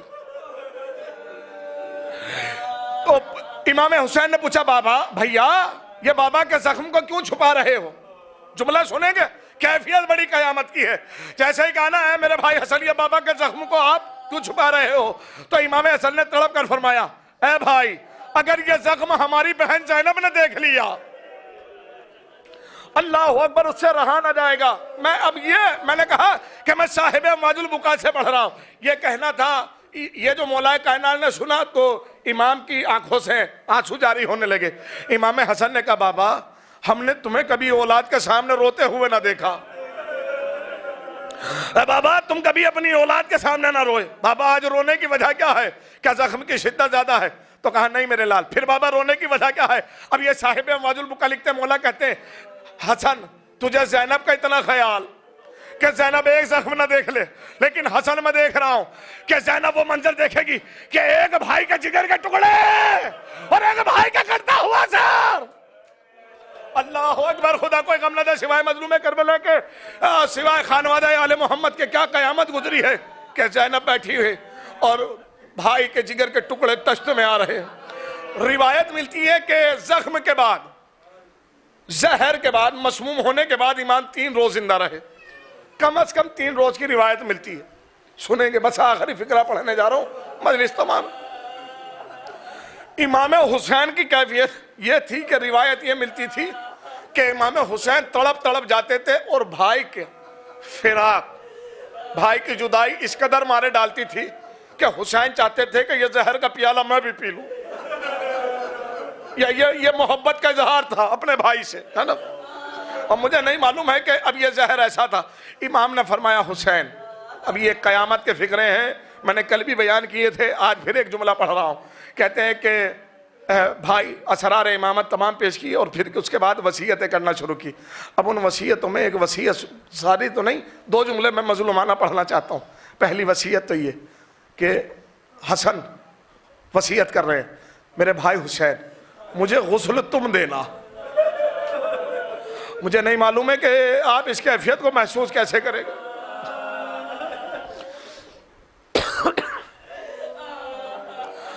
मुझ में हिम्मत नहीं है पढ़ने की, लेकिन फिर भी एक जुमला पढ़ना चाह रहा हूं। खुदा मुझे माफ करे, किसी के दिल में अगर ज्यादा कैफियत हो तो मुझे माफ कीजिएगा। कहा हसन मुझे गुस्ल तुम देना, हुसैन मुझे गुस्ल तुम देना। ये कौन कह रहे हैं? ये हसन कह रहे हैं। किससे कह रहे हैं? हुसैन से कह रहे हैं। नहीं, आपने महसूस नहीं किया, उससे कह रहे हैं जिसे खुद गुस्लो कफन नहीं मिलेगा। और हसन भी ये जानते हैं कि मेरे भाई को ना कोई गुस्ल देने वाला होगा और ना मेरे भाई को कोई कफन देने वाला होगा। अब ये जो मोमिनीन यहां बैठे आजादारों, अब एक कैफियत है, जरा सा एहसास कर लीजिएगा। जब कोई इस दुनिया से जाता है, मसलन कि कोई दूर दराज की आबादी से निकलकर शहर में आकर आबाद हो जाए, कोई अतराफ से आकर शहर, इस कैफियत को महसूस करना, लखनऊ में आबाद हो जाए और उसे मालूम हो कि मेरा वक्त आखिर आ गया, तो वो अपनी औलाद से वसीयत करेगा। तो वो ये वसीयत करता है कि या तो कि मुझे मेरे वतन में दफन करना, या मुझे मेरे माँ बाप के पहलू में दफन करना, है ना। यानी मैं कहना ये चाह रहा हूं, सिर्फ जगह की वसीयत होती है। तुमने ये तो नहीं सुना ना किसी से कि कोई बाप अपने बेटों से कहता हो कि बस मुझे दफन कर देना। नहीं मालूम है आपने इस कैफियत को महसूस किया है? नहीं, जगह की वसीयत की जाती है, दफन होने की वसीयत नहीं, जगह की वसीयत कि फला जगह पे दफन करना। हसन भी यही वसीयत कर रहे हैं, ए हुसैन अगर मुमकिन हो तो मुझे कुर्बे रसूल, बाबा के यानी रसूल के कुर्ब में दफन करना। ये जगह की वसीयत की हसन ने, और किससे की? हुसैन ने। और हुसैन की वसीयत सुन लो, बनी असद के मर्दों से जगह की वसीयत नहीं कर रहे, बस ये कह रहे हैं कि तुम आना और हमारे लाशों को दफना देना। नहीं, आपने गौर किया है शायद ये एहसास, ये आखिरी जुमला है। भाई इमाम ने वसीयत की, इमाम हसन ने हुसैन से कि मुझे नाना के कुर्ब में दफन करना, पर हुसैन ने जगह की वसीयत नहीं की। बनी असद से क्या कहा कि जब जालिमों का लश्कर यहां से चला जाए तो हमें दफन कर देना, हमें दफन कर देना। और फिर बनी असद के बच्चों से कहा, अब ये कितना अरमान था, हुसैन को सपुर्द खाक होने का कितना अरमान है। इमाम बच्चों से कह रहे हैं, ऐ बनी असद के बच्चों, अगर तुम्हारे माँ बाप हमें दफन ना कर सके तो तुम खेलने के बहाने आना और एक मुट्ठी खाक हमारे लाशों में डाल जाना। अल्लाह अकबर। इमाम ने तमाम आखिरी फिक्रा है। तो ये इमाम की मजलूमियत थी। इमाम वसीयत करे हसन, हसन वसीयत करे हुसैन, मुझे गुस्ल कफन तुम देना, मेरी नमाज जनाजा तुम पढ़ाना, और हसन मुझे हो सके तो कुर्बे रसूल में दफन करना। और फिर इमाम कहते हैं, भाई ऐसी बातें ना करो। अब एक जुमला सुन लीजिए, ये भाई की मोहब्बत थी। इमाम ने फरमाया, इमाम हसन कहते हैं कि हुसैन बस इतना सुन लो, बस इतना सुन लो कि वो जो मुझे अब जहर दिया गया है वो मेरे जिगर को किसी खंजर की तरह काट रहा है। अब एक रिवायत के मुताबिक जो साहिब माजुल मुका और शेख मुफीद, शेख सिद्दूक अलैहि रहमान ने मुंतहमुल आमाल में लिखा है कि कहा कि अब जनाब ज़ैनब से कहा, उम्मे फरवा को मेरे करीब बुलाओ। बस आखिरी जुमला सुन लीजिए, उम्मे फरवा को करीब बुलाया तो आगोश में जनाब कासिम थे, कासिम को आगोश में लिया और हुसैन के हवाले कर दिया। अब फौरन एक जुमला कहा कि हुसैन, हुसैन याद रखना कि जब कासिम तुम्हारे पास इजाजत के लिए आए तो इनकार ना करना। जब कासिम तुम्हारे पास इजाजत के लिए आए तो इनकार ना करना। और फिर एक तावीज निकाला और कासिम के बाजू पे बांध दिया और उम्मे फरवा से फरमाया, जब कोई अमरे मुश्किल हो तभी खोल लेना।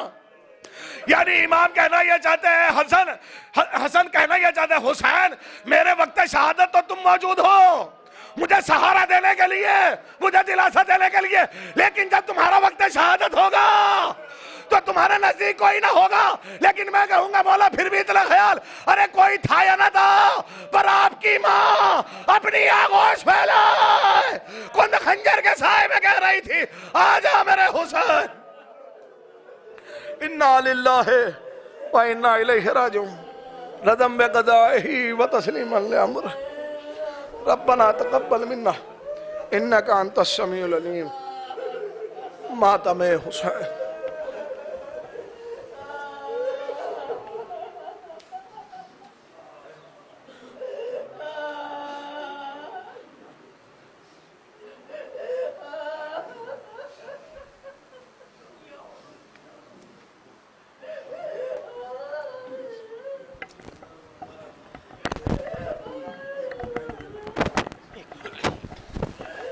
तमाम सामने कराम से के खिदमत में ये ऐलान पेश किया जाता है कि कल इसी जगह पर मजलिस के बाद ताबूत इमाम हसन बरामद किया जाएगा। आप हजरात से गुजारिश है कि उसमें शिरकत फरमाएं और अंजुमन मासूमीन के मेंबरान से गुजारिश है कि वो माइक पर आएँ और अपने कलाम से सामने को